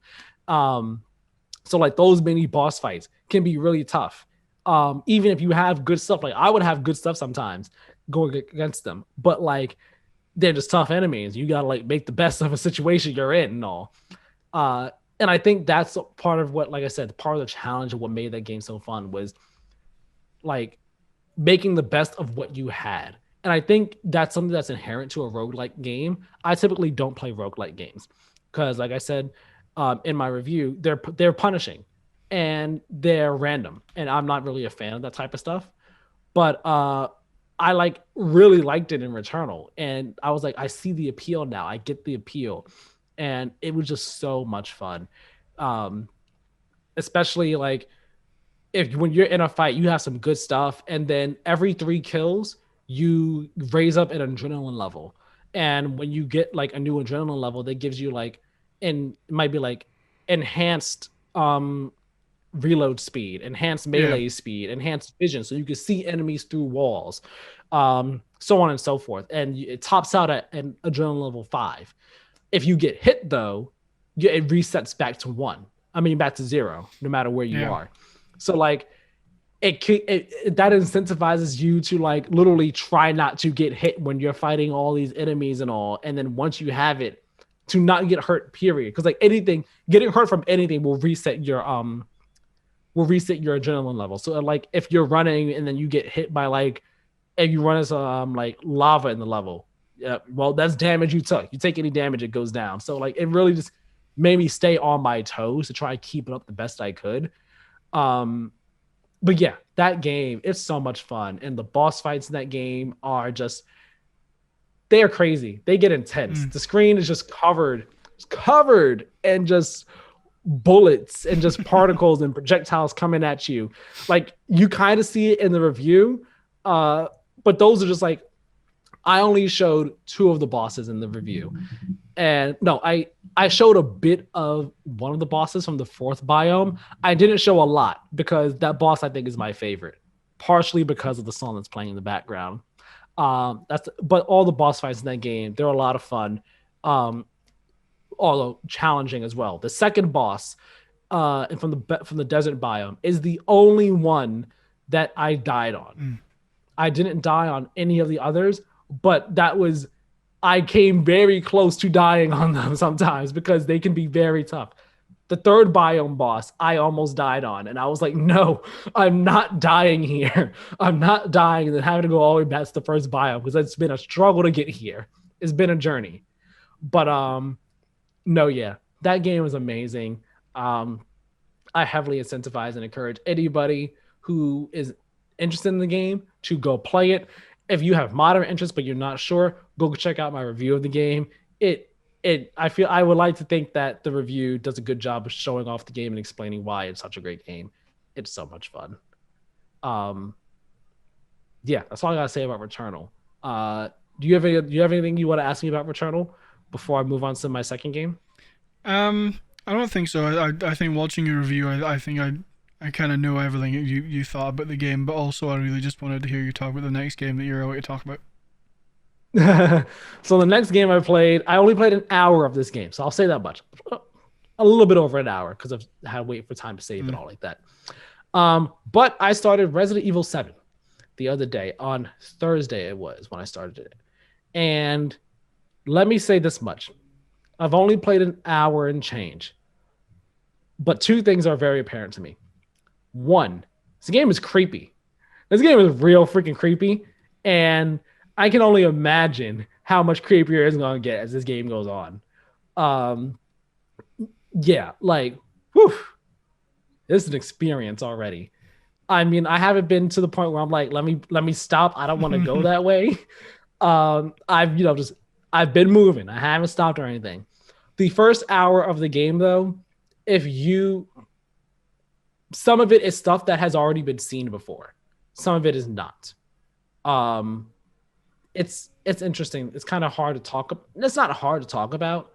But like, there's a part when the game was first revealed, at E3, where we see kind of like camera footage of these like a recording of these guys going through the house and all like that. That happens in the beginning of the game. So like that's not new stuff. It's weird, but the game is definitely creepy. It's definitely moody. The Baker house, it's gonna be a trippy house. Not trippy, but it's gonna be very difficult, I guess you could say, to get me to go through that house. Cause yeah, it's an experience. Let me tell you that much. The point I stopped at is right after I meet the family. So like woke up in the chair, throwing food at my face. Yeah, I don't even want to call it food. Throwing just nasty stuff at my face. Yeah, I was going to say, wasn't you their dinner table? Yes, that's like the hour mark there. At least at the pace I'm playing at. And I saved it there. I stopped there at that point in the game. So yeah, it's fun. The second takeaway I have from this game, Ethan he's weird. Okay. Because without spoiling anything, crazy stuff happens in the first hour of this game, and he just takes it like a champ, as if like he's used to this. You know exactly. Like I don't know exactly what you're talking about because I haven't played 7, but I think I know exactly what you're talking about in terms of like Ethan. Yeah, like again, not spoiling it because I know you want to play 7. Unfortunately, but like stuff happens at the very beginning of this game where you would think he would have a very different reaction, But he's just like, oh man, okay, I guess that's what we're doing then. And it's just like, sir, this just happened to you. That is not the reaction you should have right now. I would expect your reaction to be very different from what it is. But you're just kind of taking this like a champ, as if this isn't your first rodeo through things. When this is your first rodeo through things. I don't understand. Like, the way he was reacting is how I would expect him to react in Resident Evil 8. Not in his first game in the series. This is the first time any of this has happened to you. You'll understand when you play. Like, if you had played, I would totally say what happened in the first hour of this game. I will say part of it involves Mia. Okay. I will say that much. Because she is the reason that he ends up going to this house. You know the basic premise of Seven, yeah. Right? They had a little intro video at the start of it you could watch to catch you up. Yeah, so like he gets a notice, he gets like a letter or something from Mia saying, "Hey, come to this house, find me. This is where I am." So that's why he goes to the house to go find her, and you do come across her at the very beginning of the game and all like that. But just the stuff happens. Yeah. And I was actually, because like I actually seen footage of some of this stuff, but I didn't realize it was at the beginning of the game. I thought it was near the end of the game when it happened. I just misremembered everything. But I was just like, dude, you are taking this in stride. And meanwhile, I'm sitting here like, what the heck? Why is this happening? I'm more in shock than you are. And you should be very shocked and concerned and surprised by everything going on right now. But yeah, I did enjoy playing it. I would have played some more last night, but I fell asleep on my bed for 2 hours welcome in the middle of the night. I was like, nope, not happening. And I just didn't have time to do it today before we recorded. So I think I will play some. I'm never going to play some more as the week goes on. Maybe I'll beat it before next week, before we record again. It depends on how much I'm able to play and how much I am able to how quickly I get through it. Because I know it's about the same length as RE8. Yeah. So yeah, we'll see where I am come next week when we record. But that's what I played this week. Expect me to talk about Persona 5, Strikers, and Resident Evil 7 next week, for sure. Yeah. Speaking of Resident Evil 8, I finished Village. I talk to the people. So when we recorded last week, I'd played 4.5 hours, and I was like, yeah, I'll probably have this done by like Monday, and then I finished it like. That same night. Yeah, my completion time was 8 hours 38, so to me, 4 more hours of playing. Yeah, it was funny. We recorded the episode, and you're like, "Yeah," you said I'll probably finish it by Monday night.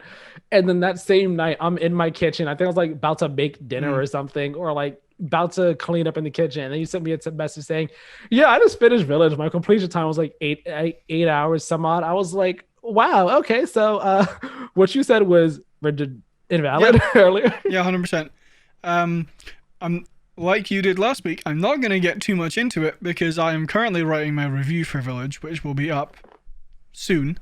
Soon, yes. Don't want to put a specific day on it in case I don't meet that, but I'm hoping for Wednesday. I'll put it like that. Yes. I really enjoyed it. That's okay.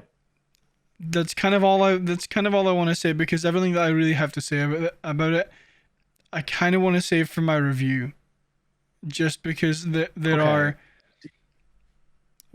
things about that game I liked, there are things about the game I didn't like, but if it's very, very quickly turning me into a Resident Evil fan, or at this point I would say turned me into a Resident Evil fan. I definitely plan on going back and playing the previous games. I think I mentioned that last week. Okay. But yeah, Village, definitely recommend it. I'm excited for you to finish 7 and then play Village at some point. Yeah. I got spoiled on the ending of Village. Oh. I don't know all the details of the ending. Yeah. I got spoiled on a very specific detail from the end of the game. Because of a YouTube thumbnail. I'm not going to say what this detail was. All I will say is back at home. You know what I mean by that. You should know what I mean by this. Yes. this thumbnail showed something that happened when you're back at home. Mm-hmm. And I went also on my sub list and I'm scrolling. And I forgot that this channel I follow, they play new games, they do walkthroughs, but their thumbnails are always an image from that part in the game that they're on. Yeah. So I kind of didn't think to myself, oh, let me be careful. And I'm just scrolling and I was like, oh yeah, they're playing. And I saw that thumbnail and I read the title. I was like, all right, well, that's a surprise that's ruined for me now. I don't know any other context, but I know that that happens. Yeah. Dude, that sucks. So yeah. Yeah, and I know it's a big deal too. I know that's a big deal. Yeah. So yeah. That's a thing. Yeah. Carry on. So yeah, I'll move on to my next game. Finish Village. Very much enjoyed it. If you like horror games, if you like Resident Evil, blah blah blah, go play that game. It's real good. A game I bought that was on sale this week just kind of tied me over between Village and the last game I'm going to talk about was Ghost Runner, which is a... Have you seen this game before? I know of it. I have not played it. Cyberpunk-esque type of first-person Mirror's Edge samurai. Yeah, like really, really fast-paced parkour, like hack and slash game, I would say. Like katana. One observation I've made so far is this game is definitely not built for console. It's not bad. It's just very apparent that the people who make this game didn't intend for it to come to console, because the control scheme for console is ridiculous. It is LB to jump, which I have never seen in any video game ever. It's LB to jump, LT to like focus and slow down time and like strafe. Sorry, what were you gonna say? I was gonna say, I'm trying to remember if Mirror's Edge was like that. If the jump button on Mirror's Edge was like left bumper or right bumper. I don't believe. I'm pretty sure it was X, but I could be wrong. I mean, it could be. I very well could be wrong. It's been a very long time since I played Mirror's Edge. Yeah. So yeah, LB is jump. RB. I forget what RB does actually. And then RT is attack. Sorry, left trigger is you like hook onto like grapple points. You have like a whip wire thing. Another thing I'll say, this is one of, if not the hardest game I've ever played. Like, you get shot once, you die. You fall off the map, you die. You miss a hook point, you die. I finished one level. I can't remember specifically what level it was, but I finished one level in 28 minutes and died 368 times. Like, it's ridiculously hard. It also doesn't help that the enemies in this game seem to have the best AI tracking of every other video game ever combined. To the point where like, so the entire game is like, keep running or you will die, which is very true. Yeah. If you stop running, like, so say you're wall running, right? And you jump off to try and like take down a guy. The second you jump off, the millisecond you jump off the wall, the guard is shooting at where you've jumped off. Like, it is ridiculous how hard the AI in this game is, but also how well engineered it is, because they are very, very good at tracking where you are.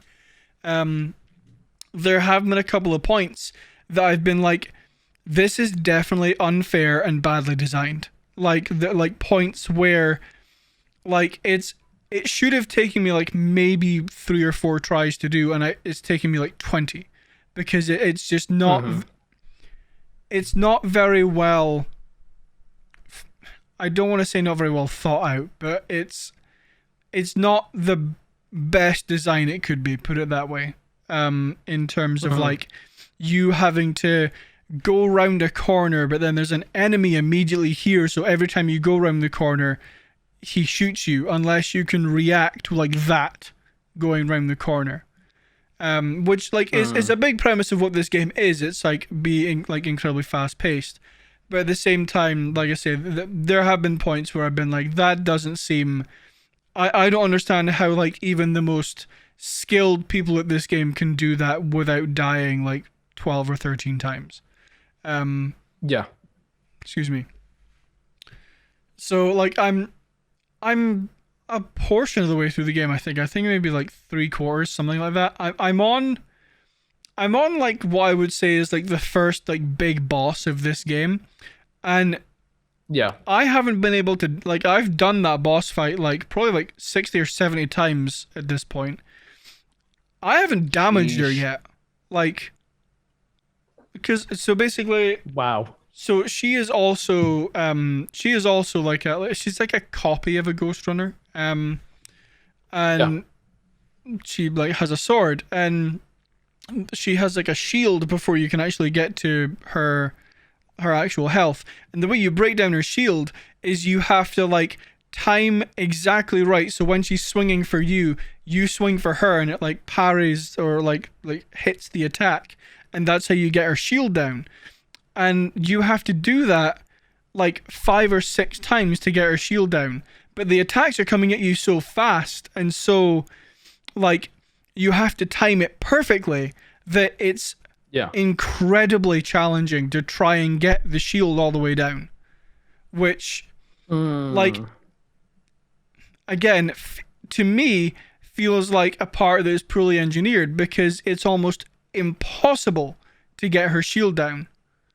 It's again that's probably just me being very bad at video games, but it's very, very hard. I'm gonna continue playing it, not right now because I have another game that I'm playing through right now that I need to get through, which I'll talk about here in a second. But yeah, very, very challenging game. It's fun. Like it's one of those games. Punishing though. It's one of those games where like it's challenging, but it's also the thing where it's like, oh, like I know I can get that one thing if I just do it like this, and then like trying to figure out the best way to do it like that.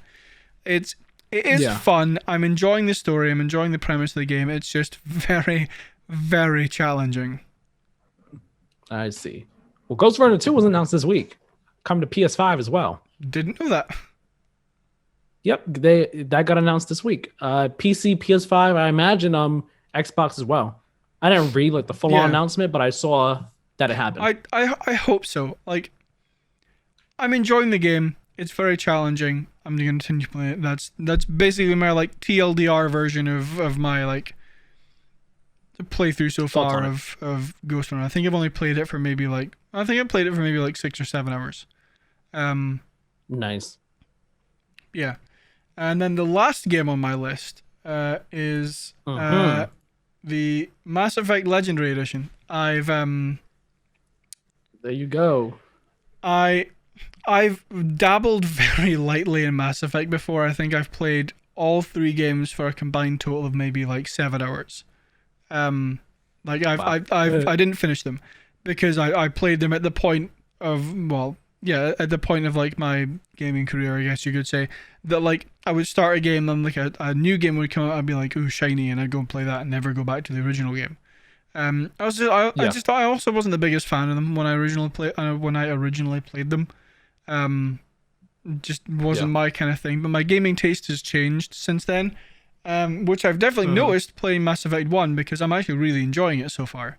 Okay. I think I've played maybe 7 or 8 hours of Mass Effect 1. Most of which has been side missions, because I'm trying to get as many achievements going through this as I can, so I don't have to go back and do like second playthroughs. Because this game, the Legendary Edition has like 200 hours of video game to get through. So that's a lot.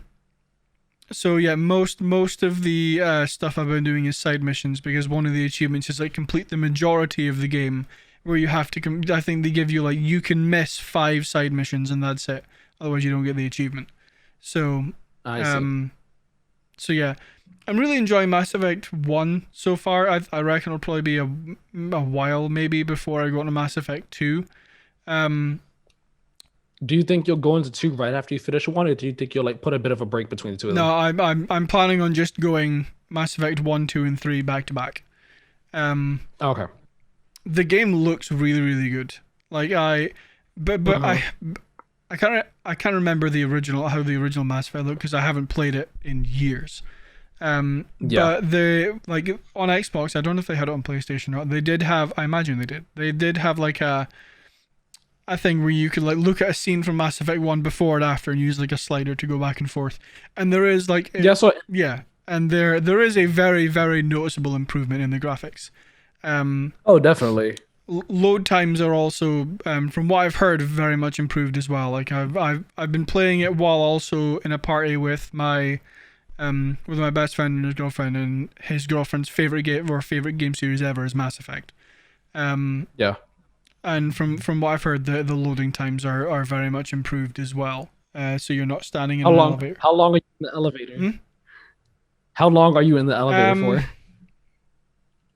I think the elevator maybe like 10 or 15 seconds. But like when you're using the Citadel fast travel like bus thing, um, Yeah. I've been going from one area of the Citadel to another in about 3 seconds, Oh, which okay. is like again from what I've heard very fast. Or like even traveling from like galaxy to galaxy only takes maybe 10 seconds. Nice. So yeah, Nice. like I will definitely be talking about this more. Yeah, you have three big games to Yeah, go through, bro. yeah, that's the thing. It's like I have 3 games to go through plus DLC for I think 2 of them. So we will be or I will definitely be talking more about Mass Effect Legendary as time goes on. Probably for the next few weeks at least. Yeah, I definitely do plan to get this one soon. The reason I didn't get it right now is because I want to finish Persona 5 before I start Yeah. this. And I also want to get Village as well.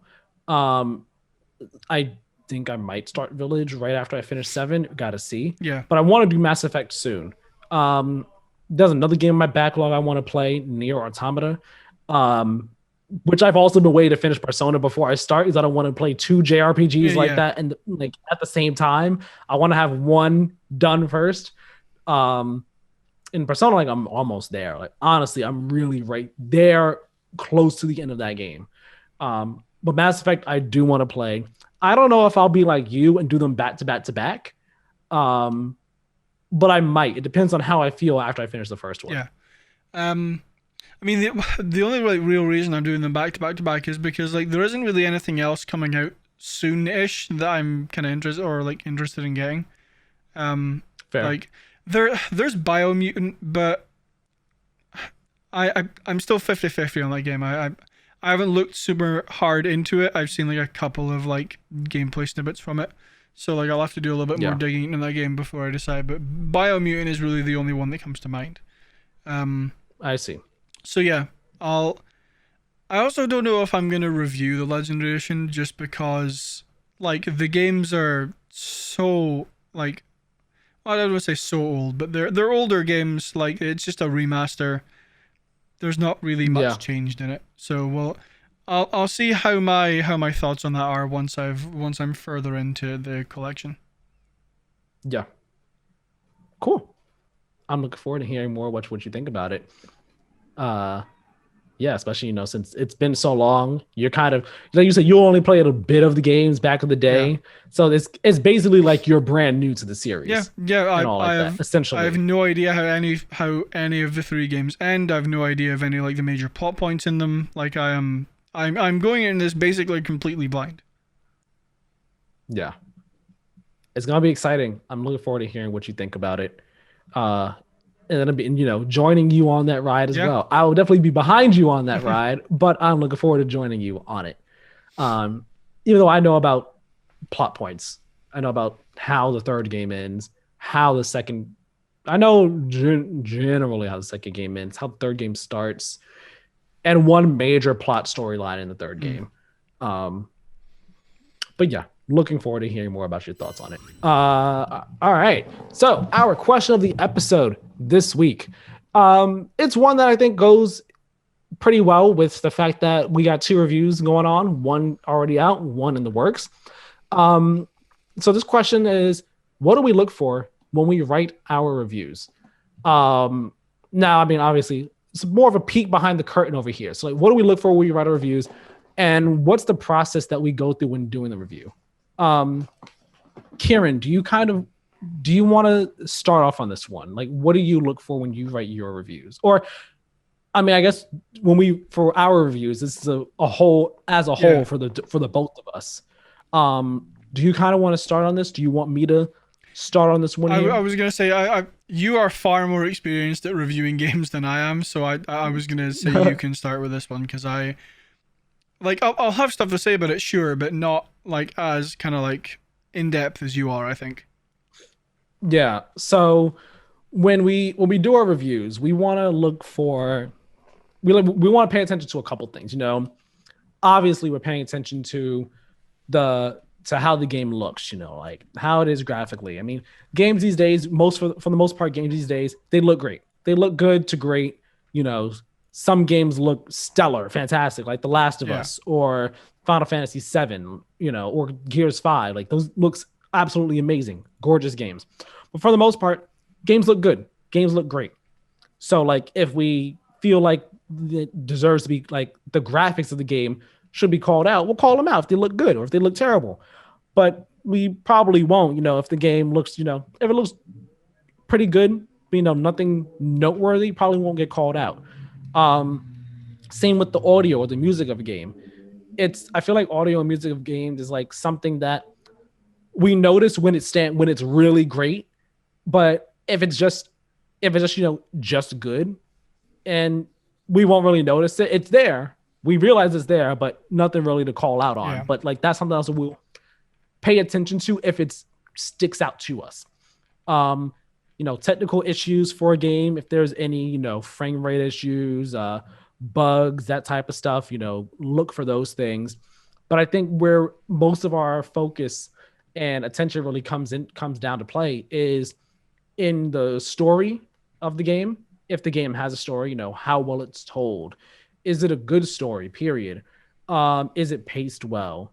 Does it have good payoffs? Are the characters in the story interesting? Are they written well? Those type of things in regards to the story and all like that. And if it's a game where the story is a main focus, like the story importance is weighed a bit heavier than it would be like if we were reviewing a game like a Mario game. Yeah, there's a story there. The story is just window dressing for the gameplay. Whereas if we're talking about a game like Uncharted, the story is going to have way more importance and way more weight in terms of our review and what we're looking for with the game, because the Uncharted games, the story is what propels you. It's like it's a main crux of the game. So there's that. And then, obviously, sorry if you hear a car alarm going off. I don't know what happened outside just now. And then there's, of course, the gameplay. Of course, that's the core of what we're looking for when we're playing the game. Is it fun to play?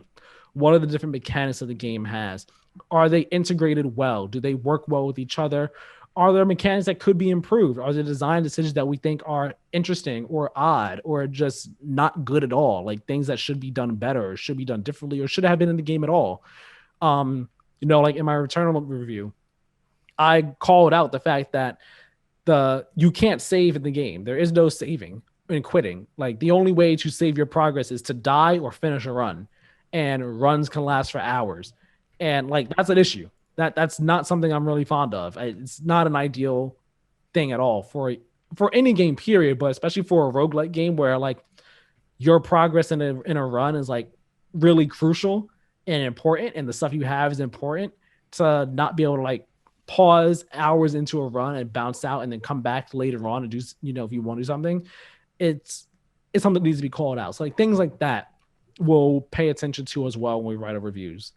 I'm trying to think if there's anything else, that like really look for. Yeah, what you gotta say? One of the like, I noticed that when I was like sitting down to like start writing out like the bullet point section of my Village review, the first thing I thought of was like, did I have fun playing the game? Did I enjoy the game? Because like, because like, if that's like, whether that's a yes or no answer is going to very heavily dictate on what the overall like theme of my review is going to be. Like if if I really hated the game and I was going to give it like a 2, then I feel like it would be from the start like a very, not like, yeah, no, a very negative start, and then just like very negative tones throughout, because I rated it 2, I didn't enjoy it. But like Yeah. with something like Village, which like I really enjoyed, I haven't written too much of like the actual review yet. I've just mainly done the notes, but like even through the notes, it's all fairly positive. So I think that the biggest thing for me is, I mean, with a game like Village is story, because that's the reason the game exists, and kind of the exploration as well. But like the main question I ask myself is, did I enjoy the game? Yeah. And I think it's also part of what we look for when we're doing our reviews will really kind of vary. Like I said, based on the game, not just in terms of like the story or the gameplay of it, not not just from the perspective of okay, what is this game, but from the perspective of our relationship with that game. Yeah. So, for example, if I'm reviewing a Kingdom Hearts game, my review of a Kingdom Hearts game will be very different from a review of a Kingdom Hearts game that Keiran Yeah. might do, because Keiran has no relationship to Kingdom Hearts. Kingdom Hearts is my favorite series of all time, and I've played each of the games, barring like two. But that series is near and dear to me. So for me, I'm like really paying attention to the story and the characters, the gameplay, and the worlds and the design of the worlds and how it all plays out together and so on and so forth. Whereas if Keiran was to review Ori 3, he's going to be looking at that Yeah. like, his relationship to that review would be very different from mine to it. Granted, I haven't played the first two games yet. I intend to. So, like, but still, it's going to be a very Yeah. different relationship as well. It will really depend on, what the game is and all like that and how we feel about it. And you started to get into one of the other questions, the second like sub question here, the process that we go through when we do the reviews. So for me, at the very least, what I do when I do my reviews, or at least when I'm in the lead up to my review, is I play the game, and since this is my first time doing video review, but record everything, recorded everything I played. Yeah. Since I've been doing that with a Persona review, I have about 30 something hours of footage recorded. It's a lot there. Gonna be a lot to sift through. We'll record everything, and as I play, I'm like mentally taking notes on the things I'm liking, the things I'm not liking, and just aside from just that, just like elements of the game, like what is the combat like? How does it feel? What is the summon was like the persona creation summoning like in this game? How are the classic persona mechanics from like Persona 5? How are they integrated in Persona 5 Strikers? How different is this game from that game? And I'm mentally taking these notes in my head as I play. And then after I stop playing, like for whatever the day is or whatever, I say, okay, I start like writing down different thoughts I've had as I played in my phone, in my notes section. So like I'm pulling up the little note that I have here. So just a little peek behind the curtain here. From my gameplay part, I have a lot of notes here, but I have like, for example, play significantly different from Persona 5 / Royal in many ways, in more ways than just the combat. Going to this section doesn't do this anymore. This area is different, so on and so forth. Like I have my stuff in bullet points, and the thoughts are bulleted in a way where like once I have finished playing the game and I have all my thoughts in my notes section, like just as bullets, it's done in a way where it's generally that's the outline of my review. And all I have to do from there is look at what I have and then kind of put it into actual review format, into actual written review format. And then the bullets aren't like the nitty-gritty details for it. It's just like a baseline for me. So like that one saying the gameplay is different. I'll say that in my review, but then I might add a little bit more detail to that in addition to all the other little bullet points I have in my review, if that makes any sense. Yeah, no, 100%. Like I'm trying to pick out a good one from my Resident Evil one. I mean, I have one from the like under like the technical aspects section. I have the voice acting of those was very impressive. I was especially impressed with Maggie Robertson voicing Lady Dimitrescu, considering it was her first video game role. Like, Right. yeah, like not something like super specific, not getting into like the fine detail nitty gritty of the actual game. Just something that like as I was playing through, I noticed I was like Lady Dimitrescu. Sorry, I actually pronounced Dimitrescu. Dimitrescu. Uh, Yeah. uh, voiced very well. Yeah. Yeah. So like it doesn't all have to necessarily be like getting into like the fine detail levels of code of the game, but just kind of general things that I noticed while I was playing, um, that I thought and like yeah, well that I thought could like lend themselves good like well to this review. But like that being said, like not all of these bullet points I imagine are gonna make it into the review. Like this is literally just like my like shotgun spread of like stuff I Mm. noticed while I was playing, and then I'll play like as I'm writing and I'm referencing these points, will probably like be like actually no, you know like this one might be too similar to this point I made earlier, or this one I just don't feel like needs to be there. So Yeah. yeah, like and like that'll like vary from game to game. Like for this one I have like 2 and a bit pages of bullet points um for Village, but for another game that might be shorter or I didn't enjoy as much, I might only have like a page of bullet points. I don't know. But Yeah. yeah, like it varies from game to game. You don't have to get into like the super nitty gritty of it. Yeah. And like, our like after I have all my notes, like I once I have finished making my notes, I kind of like put a pause on it. I say, all right, let me pause on this. And I give it time, a couple, whether it be a couple hours or a day, Yeah. to just like let the notes sit. And then I look back at them afterwards. I read over them again and I'm like, to see if there's anything that, look at it with a fresh set of eyes, Yeah. see if there's anything that could be removed because, like you said, Keiran, might be too similar to something else I said before, or something I think, what, this doesn't need to be said, or it could be said differently, so on and so forth, something like that. And that's when I actually start writing the review, and then I kind of work my way through it. And like I I try and start my like go do my reviews in order. So like do the intro paragraph and then go from there, so on and so forth. Yeah. But sometimes how depending on how the intro is coming together, if I can't do it, I was like, all right, let me do the body and the conclusion. I'll get to the intro Yeah. last or whatever. Um, but like for me, again, this will vary game to game, but like I try to talk about the story first in my review and then the gameplay and then like the technical aspects. But I mean, if certain things are able to flow and mesh into other areas, they'll mesh in other areas. So that's why, like in my notes section for my return review, I had graphics and technical elements near at the bottom, and that's where I had stuff about the dual sense in the game looking good and sounding good and all. But I implemented all that earlier in the review. I had to implement the dual sense aspects into the world and story Yeah. and the gameplay and the audio and stuff, and into that other areas as well. It really depends on based on the game. But after I write the review, which honestly could take a day, could take a few days, depends on how my brain is working with me at Yeah. the time, because writer's block is a thing, Mm-hmm. and time is also a factor as well.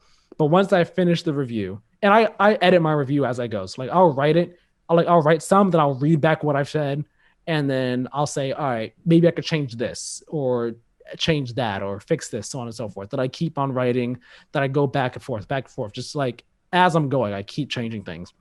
And then once I finished everything, again, I finish it, I read it through, and I'm like, all right, I'm gonna sit on it. Then I'll let sit on it again for a couple hours, another day or whatever. Look at it with fresh set of eyes, and then go through it again. As I go through together, that new fresh set of eyes, then I'm like, all right, see if there's anything else that I think should be changed, needs to be changed, and if not, then I'm like, we are good to go. This is the review. It is done, and I go from there. And I generally have a score in mind before I start writing my review. Same. Generally, I do.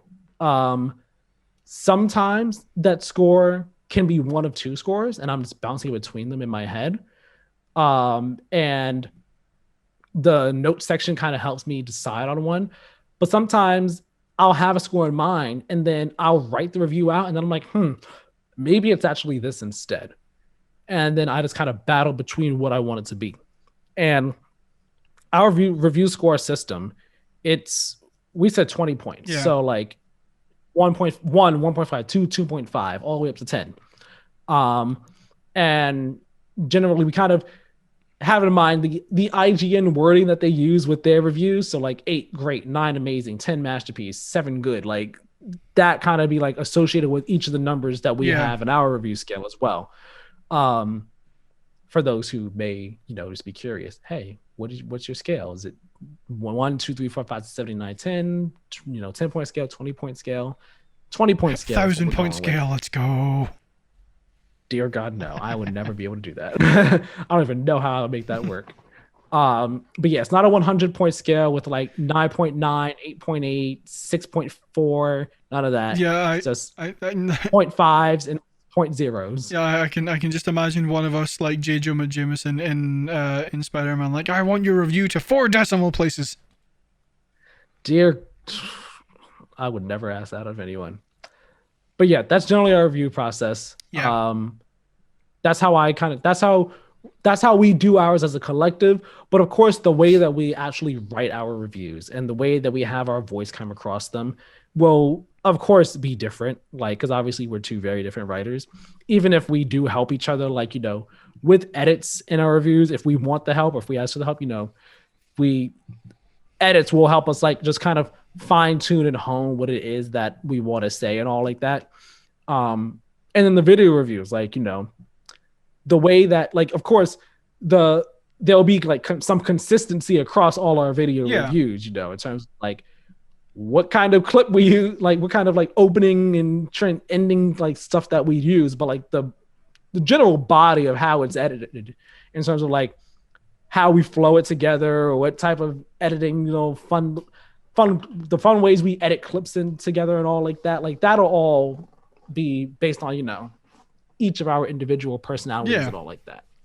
So like my Returnal review, the way I did it and structured it may not be the same way that Keiran structures his Resident Evil review. Again, aside from, like the review outro, part there and the little intro transition. Aside from that, it'll be structured differently. Yeah, my review of Resident Evil is just going to be like intro screen, the game's good, outro screen. His face appears right there in front of the camera. His face appears just right in front of the camera. Game good.